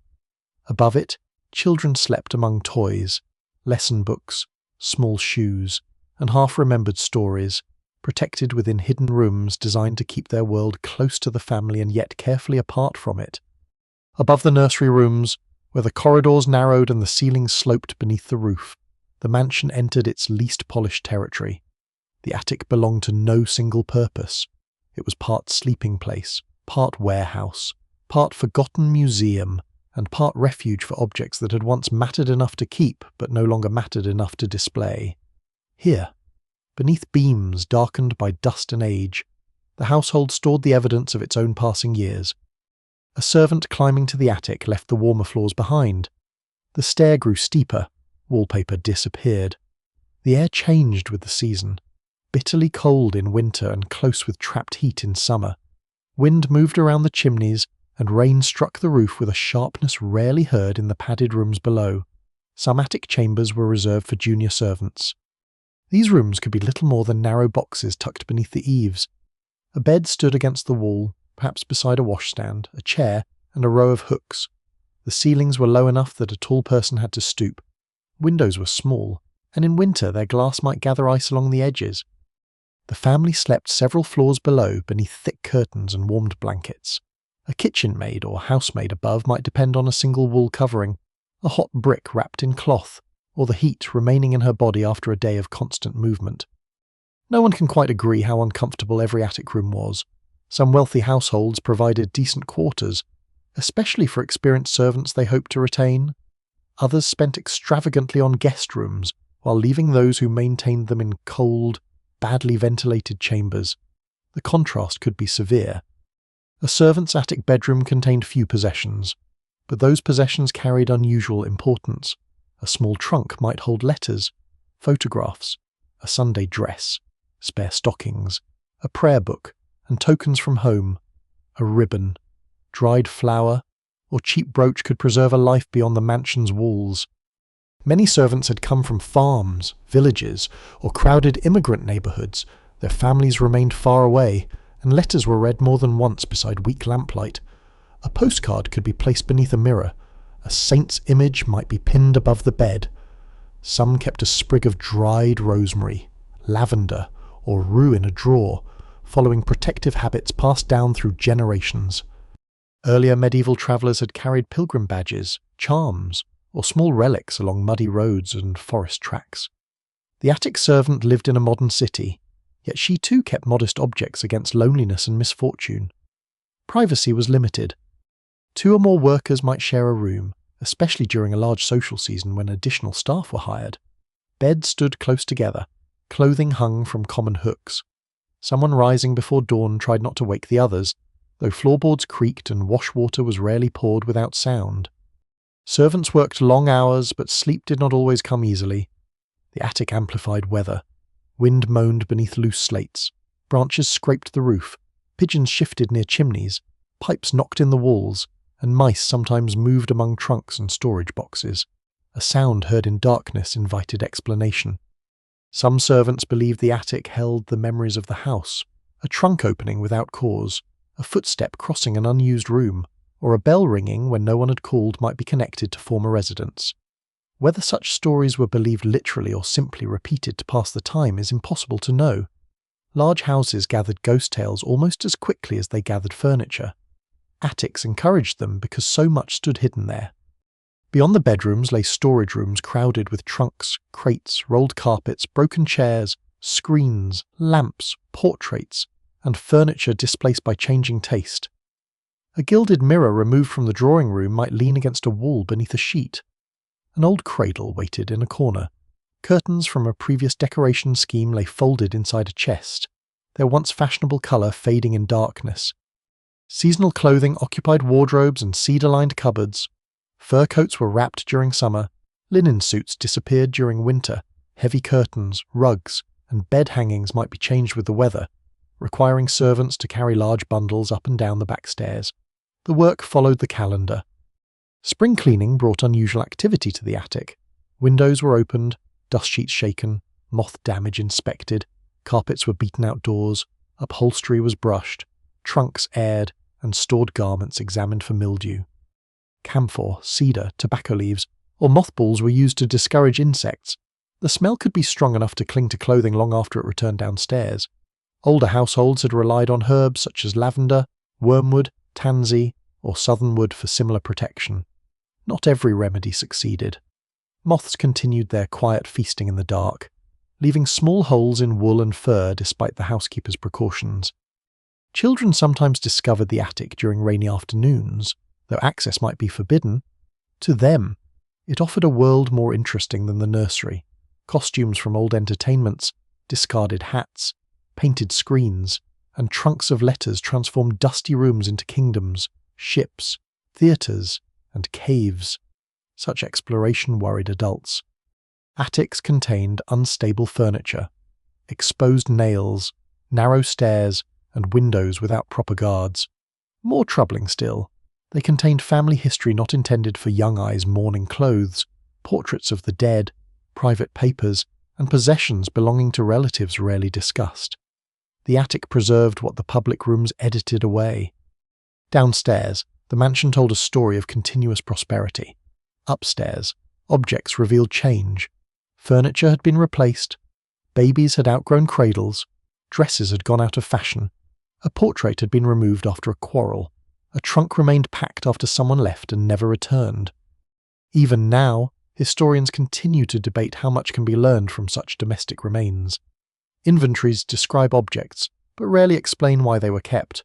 A damaged chair might have belonged to a beloved grandparent or merely awaited repair. A locked box could contain precious letters or nothing more mysterious than receipts. The attic encouraged imagination because evidence survived without its explanation. Servants sometimes knew more than later historians would. An elderly housemaid might remember which bedroom a carpet once covered, why a portrait had been taken down, or whose initials appeared inside an old travelling trunk. Yet such knowledge usually vanished with the people who carried it. Few recorded the history of stored things. Toward evening, the attic darkened before the lower floors, its small windows lost the last grey light, and the corners filled with shadow. Below, lamps were lit in the drawing rooms, fires brightened polished brass, dinner preparations moved through the hidden passages. Above, a maid returned to her narrow room. She placed her candle on the washstand and closed the door against the draught. Beyond the wall, wind crossed the roof in a long, low breath. Somewhere among the trunks, old wood settled with a faint crack. Far away, a church bell mocked the hour.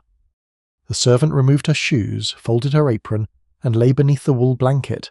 Around her rested the mansion's discarded seasons, its forgotten furniture, its mourning clothes, its childhood objects, and the silent belongings of people whose footsteps no longer crossed the halls. The attic slept above the house like a crowded memory, and while chandeliers glowed below, everything the mansion preferred not to see waited quietly beneath the dark roof.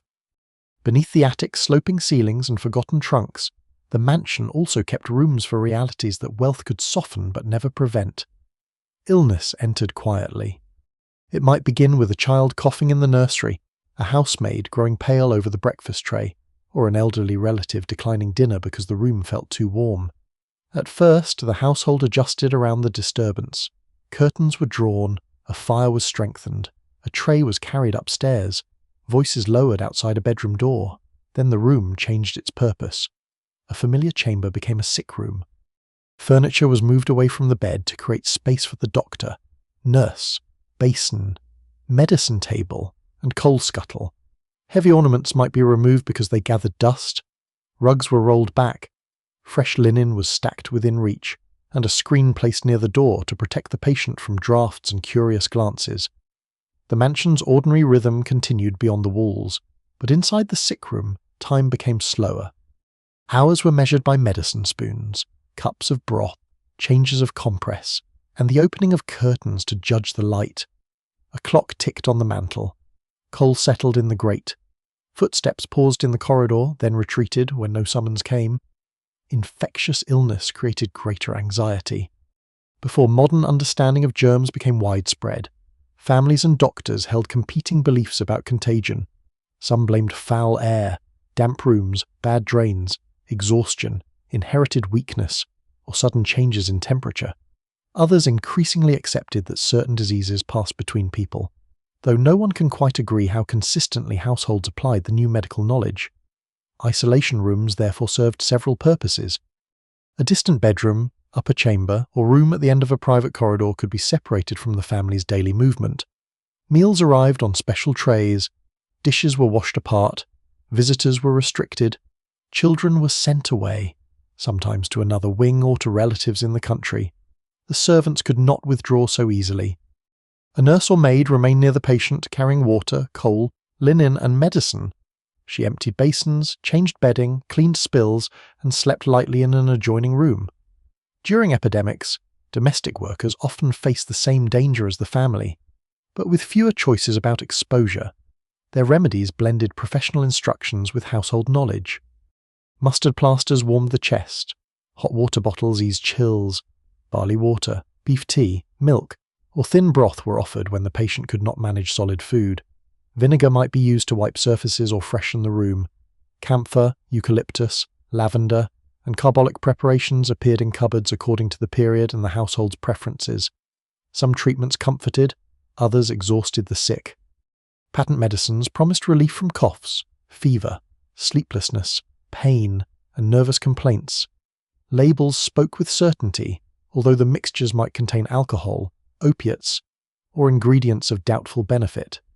A physician could prescribe tonics, rest, fresh air, cold baths, warm baths, or dietary restrictions, depending on his training and diagnosis. Those who recorded these treatments rarely agreed on what helped. The sick room also preserved older beliefs. A servant might leave a Bible open near the bed, place a religious medal beneath the pillow, or tie a small charm inside the patient's clothing. Mirrors could be covered if death seemed near. Some people believed that feathers from certain birds prevented a dying person from finding peace, and feather pillows were occasionally removed in deeply traditional households. Such customs reached back toward medieval death chambers, where candles burned beside saints' images, prayers were spoken, and bells summoned the faithful to remember a departing soul. A Gilded Age mansion contained telephones, speaking tubes, and electric lights. Yet illness could still return its occupants to very old fears. Night made the sick room feel especially separate. Beyond the curtains, rain moved across the glass. The rest of the house dimmed, but the bedside lamp remained. A nurse listened to breathing. The doctor's instructions lay folded beside bottles and spoons. Somewhere below, a clock marked each quarter hour. If recovery came, the room slowly returned to ordinary life. Windows were opened, bedding was removed, carpets and curtains might be cleaned or fumigated, walls could be washed, dishes used by the patient were boiled, the mattress might be aired in sunlight, and clothing exposed to fresh air or treated with disinfectant. The person who had been ill descended at last, pale and wrapped in a shawl, while the household expressed relief with careful restraint. But not every sick room returned to normal. When death became certain, the mansion altered around it. Doctors entered quietly by side doors. Telegrams were sent. Close relatives gathered. Servants lowered their voices and walked more slowly. Though their practical duties increased, water had to be heated, linen prepared, visitors admitted, and rooms arranged for mourning. Death in the home was not unusual. The body might remain in a bedroom or be carried to a cooler chamber, sometimes one chosen because it could be approached discreetly. Curtains were closed. Mirrors were covered with black cloth or turned toward the wall. Clocks were sometimes stopped at the hour of death, an old custom suggesting that ordinary time had paused for the household. The undertaker arrived through a service entrance whenever possible. His work required measurement, preparation, and conversation with the family, but great care was taken to keep these arrangements from public view. Coffins, mourning fabrics, flowers, and chairs might enter along the same hidden routes used for coal, laundry, and dinner service. The mansion concealed death as it concealed labour, yet mourning itself was publicly displayed. Black crape appeared near the entrance. Correspondence was written on boarded paper. Curtains remained drawn. Women wore prescribed forms of mourning dress, sometimes for months or years depending on their relationship to the deceased. Jewellery became darker, made from jet, black enamel, or even braided hair. Hairwork carried intimate meaning. A lock from the dead could be woven into a brooch, bracelet, ring, or framed memorial.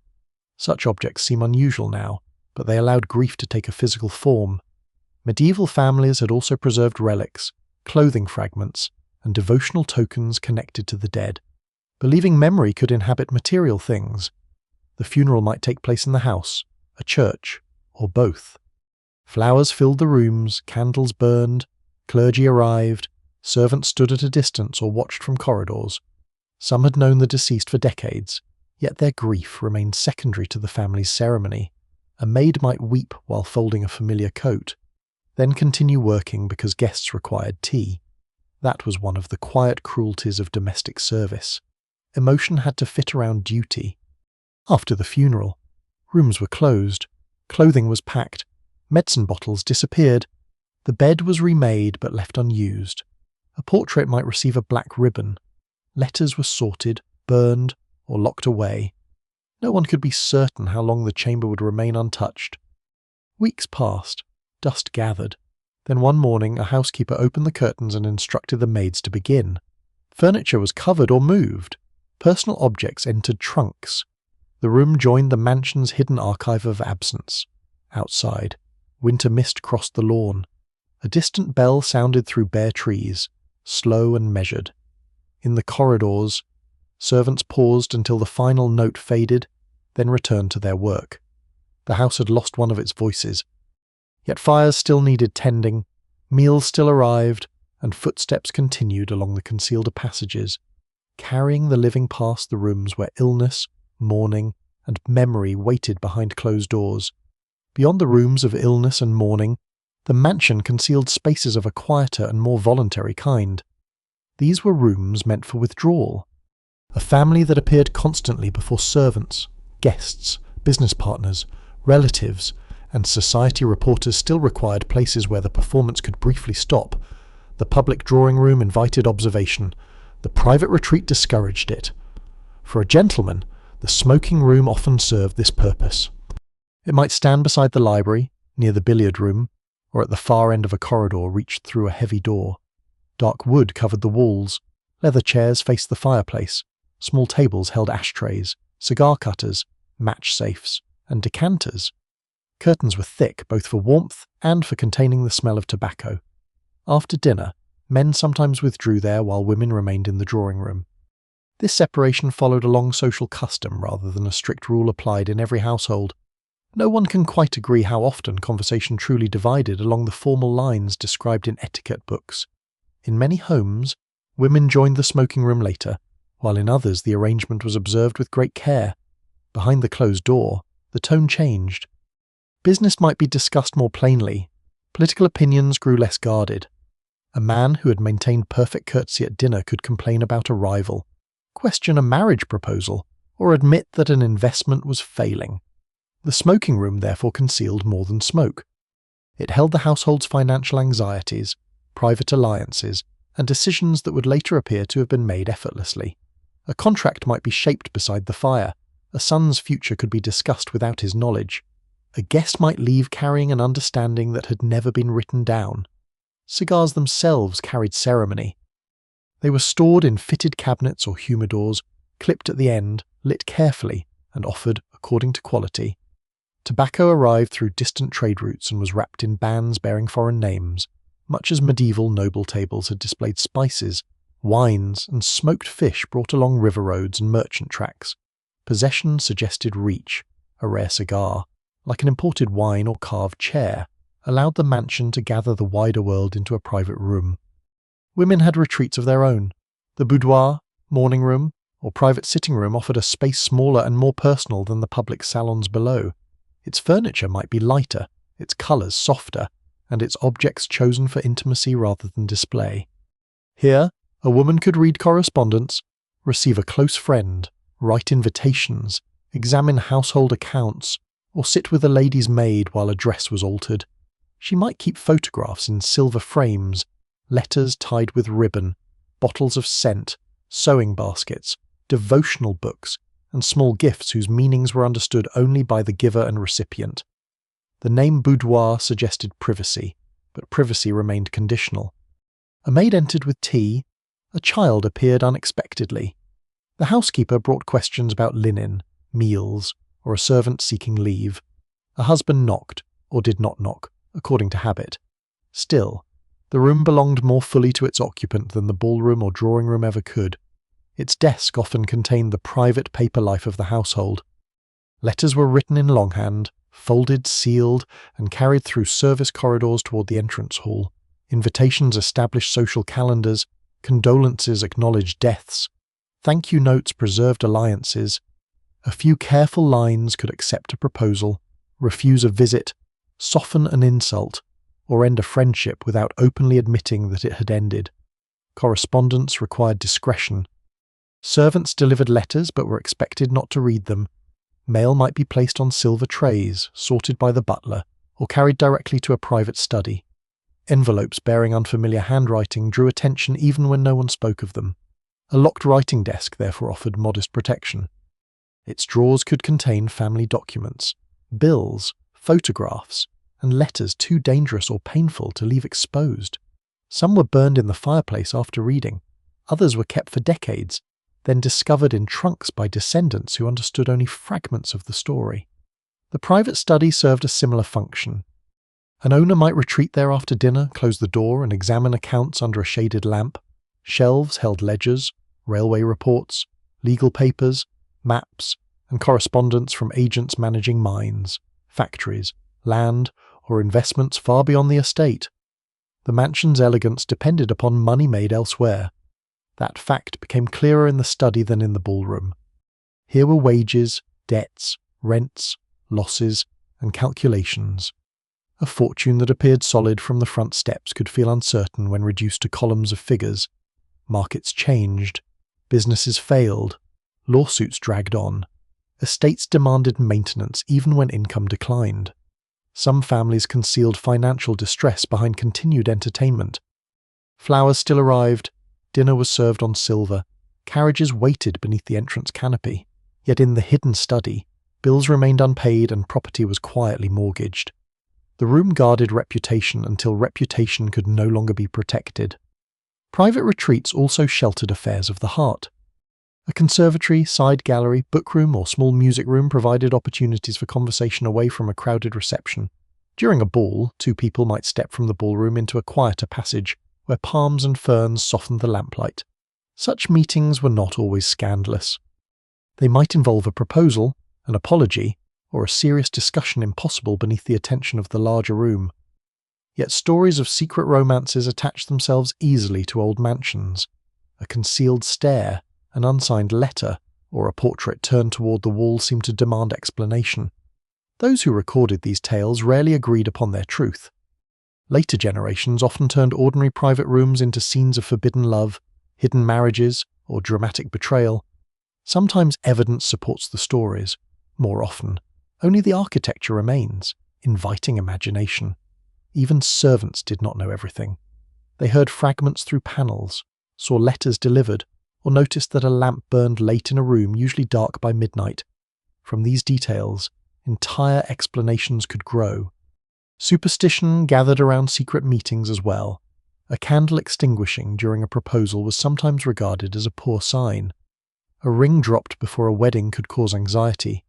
Rosemary, myrtle, or orange blossom carried associations with remembrance, fidelity, and marriage, much as medieval brides had carried herbs, ribbons, or blessed tokens through stone churches and crowded village lanes. Modern wealth did not remove the desire for signs. It merely placed them among velvet curtains and electric lights. Later in the night, the private rooms emptied. Cigar smoke faded in the dark panelling. Letters remained locked inside desks. A half-read book lay open beside a chair. In the conservatory, moisture gathered on the glass while leaves stirred gently above tiled floors. The last guests departed. Carriage wheels moved away over wet streets, growing softer until only rain remained. Somewhere beyond the mansion, a bell marked 1 in the morning. A servant entered the smoking room to clear glasses. Another crossed the boudoir, lowered the lamp, and drew the curtains. Neither disturbed the papers, photographs, or sealed envelopes left behind. The mansion had spent the evening presenting one version of the family to the world. Within these smaller rooms, another version waited quietly in shadow, uncertain, private, hopeful. burdened and human. By morning, the doors would open again. The faces would become composed, and the secrets of the night would remain where they had been placed, behind locks, panels, folded letters, and the polite silence of the house, behind the private studies, locked writing desks, and softly lit sitting rooms. Another concealed world moved without rest. It belonged not to servants alone, but to machines. The Gilded Age mansion stood at the meeting point of two desires that did not always sit comfortably together. Its owners wanted the appearance of an ancient European house, with carved oak, stone arches, tapestries, heraldic glass, and rooms that seemed to have gathered dignity across centuries. At the same time, they wanted hot water, central heating, electric light, telephones, elevators, and every mechanical convenience that modern industry could provide. The machinery had to exist. It simply must not be seen. Architects therefore threaded pipes, wires, ducts, speaking tubes, and shafts through walls designed to resemble those of castles and abbeys.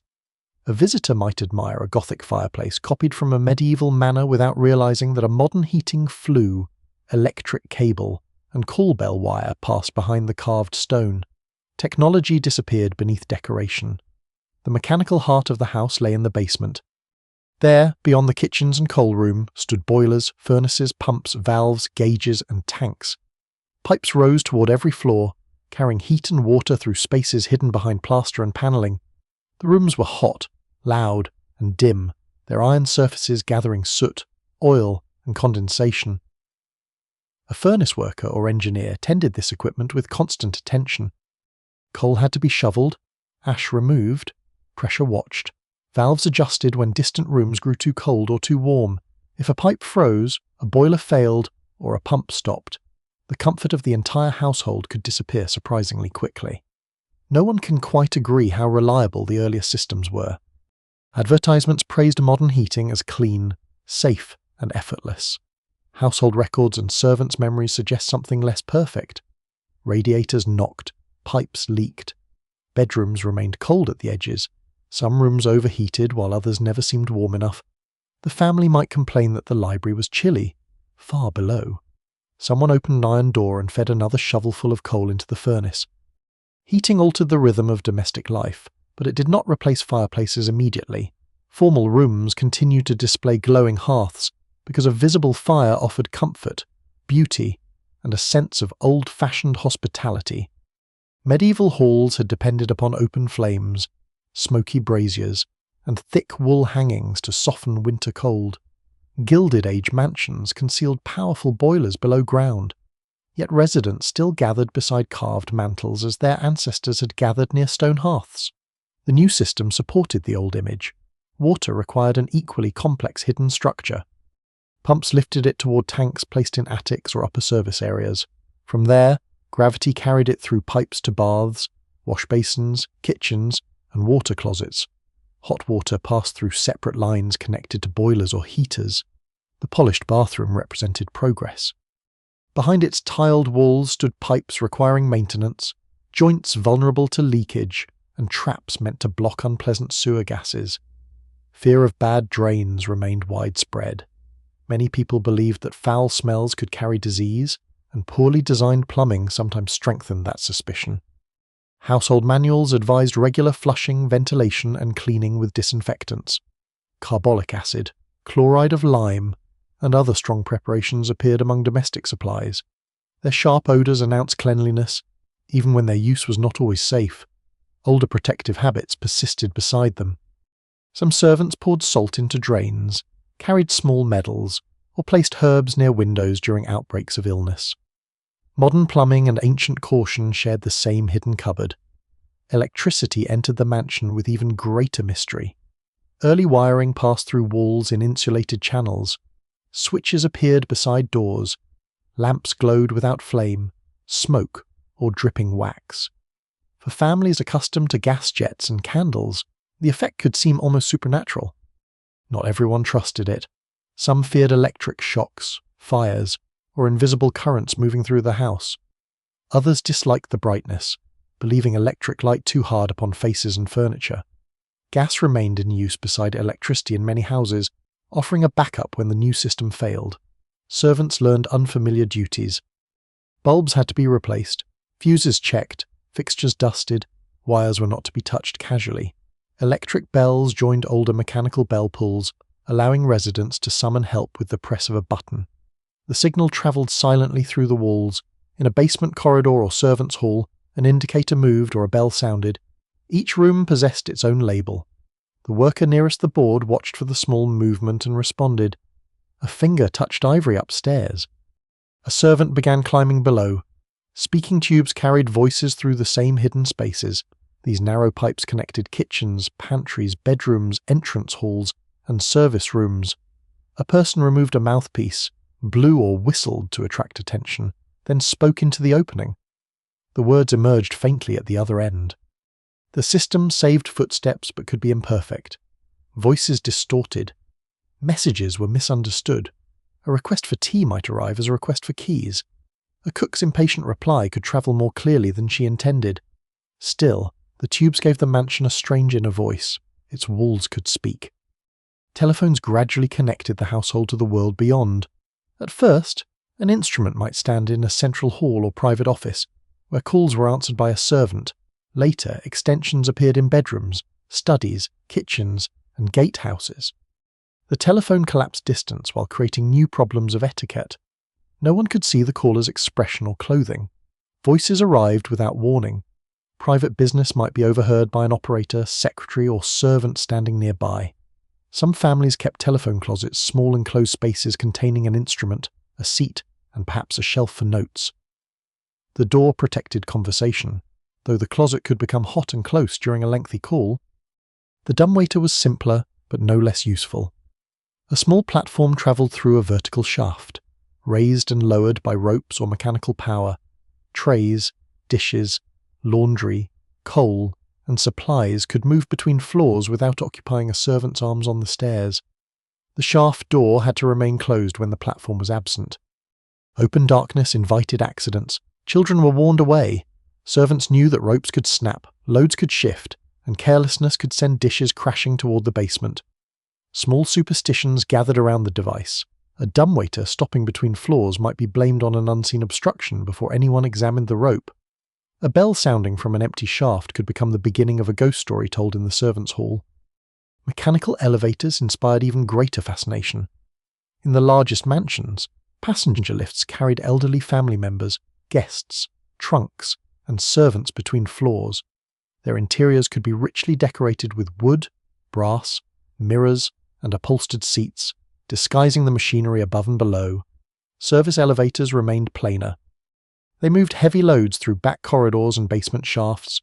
Cables, brakes, pulleys, and motors occupied hidden rooms.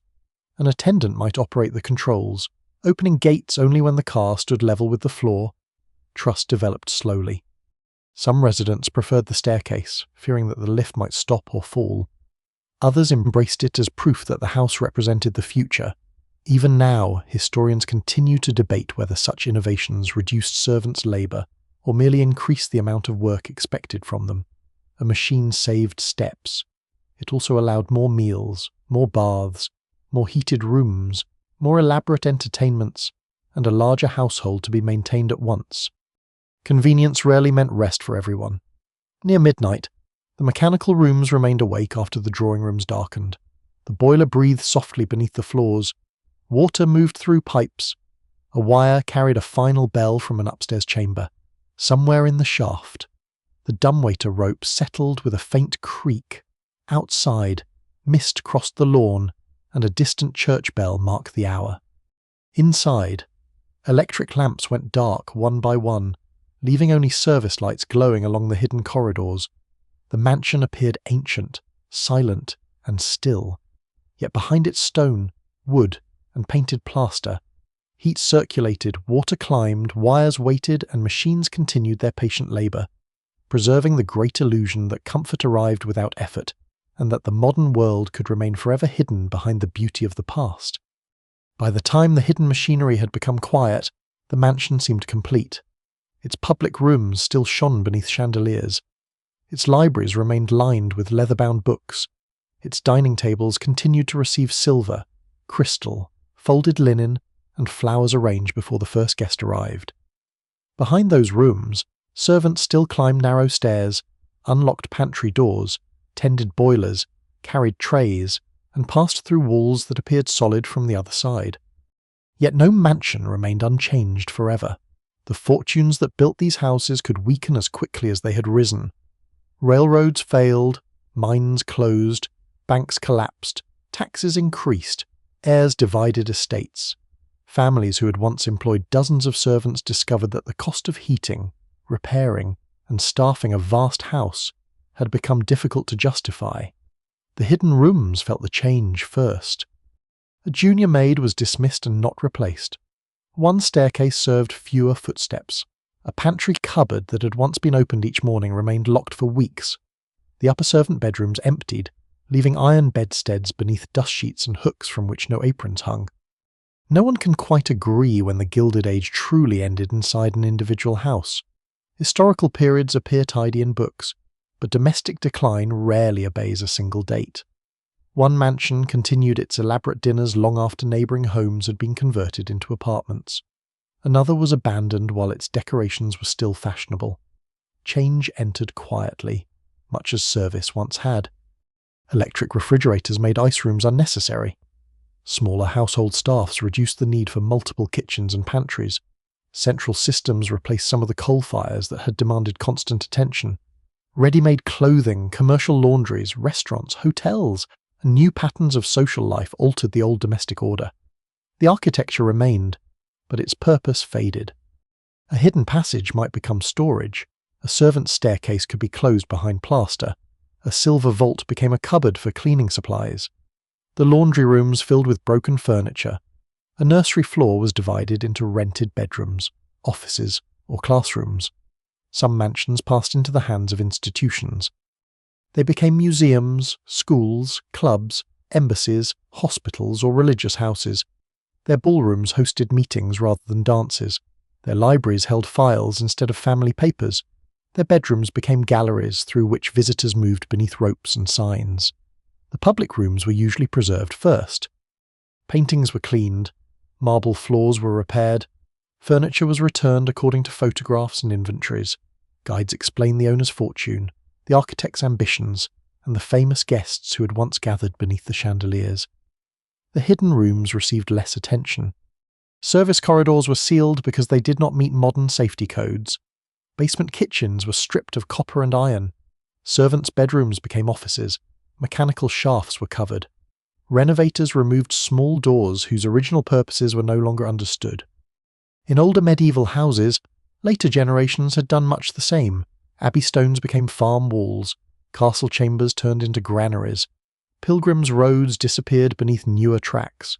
Objects survived after their meanings had weakened, waiting for someone patient enough to notice the marks of former use. The forgotten rooms of the mansion waited in a similar way. Then, during restoration, someone might discover a narrow seam beneath wallpaper. A panel opened. Behind it stood a staircase no modern resident knew existed. Dust lay thick upon the steps. A broken bell wire still ran along the wall. Hooks remained where servants had once hung cloths or keys. On a shelf rested a candle stub, a rusted tin, or a scrap of paper folded into darkness decades before. Such discoveries seemed dramatic, though their original purpose had often been ordinary. A concealed chamber was not always a hiding place for treasure. It might have held linen, preserves, coal, luggage, or cleaning brushes. A mysterious speaking tube connected only to the kitchen. A supposed escape tunnel proved to be a ventilation passage. Later storytellers preferred secrets. They imagined vanished heirs, forbidden romances, stolen jewels, and ghosts moving through sealed walls. Old mansions encouraged such tales because their architecture already suggested concealment. Every closed panel seemed capable of guarding a confession. Some stories may have preserved fragments of truth. Servants had witnessed private grief, financial fear, illness, courtship, quarrels, and departures. Their own lives had also filled the hidden rooms, though these were recorded less carefully. A housemaid's name appeared in a census. A cook signed a wage book. A butler was mentioned in a letter because he had served faithfully for 30 years. Many others passed almost without trace. Their hands had polished banisters, folded sheets, lit candles, and carried water. Their footsteps shaped the smooth hollows in back stairs. Their labour allowed the mansion's public story to exist, yet the rooms where they worked were among the first to be forgotten. Even now, historians continue to debate how fully preserved houses can recover those lives. Inventories describe silver more often than exhaustion. Architectural plans show corridors but not conversations. Photographs record uniforms, though rarely the thoughts of those wearing them. The building itself becomes a quiet witness. A worn stair reveals repeated climbing. Scratches beside a narrow turn suggest baskets or trunks carried too close to the wall. Layers of paint mark years of repair. A row of bells remembers rooms that summoned people whose names are gone. Visitors who leave the ballroom and enter the service passage often feel the mansion change around them. The ceilings lower, the ornament vanishes, the route becomes close and dim. Beyond the wall, other visitors continue through bright galleries, their voices softened by panelling. For a moment, the old division returns. One group moves through the visible house, while another follows the concealed path behind it. Then both emerge into daylight. Some mansions did not survive long enough to be rediscovered. They were demolished for roads, offices, apartment buildings, or smaller homes. Stone facades fell. Woodwork was sold. Fireplaces entered other houses. Stained glass appeared in the restaurants or museums. Furniture scattered through auctions, separated from the rooms for which it had been made. The hidden spaces vanished almost entirely. Yet fragments sometimes remained beneath the new city. A basement wall stood behind a modern building. A sealed coal chute opened toward an alley. Foundation stones rested beneath pavement crossed by people who never knew a ballroom had once risen above them. Time concealed the mansion just as the mansion had concealed its labour, and now the night has grown quiet around that vanished world. The last visitors have gone. A museum guard turns off the lamps in the grand hall. Gold frames fade into darkness. The dining table waits beneath white dust covers, its silver returned to locked storage. Farther back, the service corridor rests behind a plain door. No maid hurries along it with warm plates. No bell summons a footman. No housekeeper turns her keys. In the basement, the old range is cold, the laundry still, and the furnace silent beneath its iron doors. Moonlight touches the upper windows. Outside, wind passes through trees that have outlived owners, servants, carriages, and seasons of music. A distant bell travels across the sleeping streets, faint and unhurried, as bells once crossed winter fields towards stone churches and quiet villages. The mansion holds its memories without explaining them. It remembers bright dinners and private sorrow, polished entrances and narrow stairs, the people who were admired and those trained not to be noticed. Their footsteps have faded, but the paths remain behind bookcases, beneath roofs, beside chimneys, and within the thickness of walls. In time, even those walls will soften into memory. Firelight will dim. The last carriage will disappear along the wet road.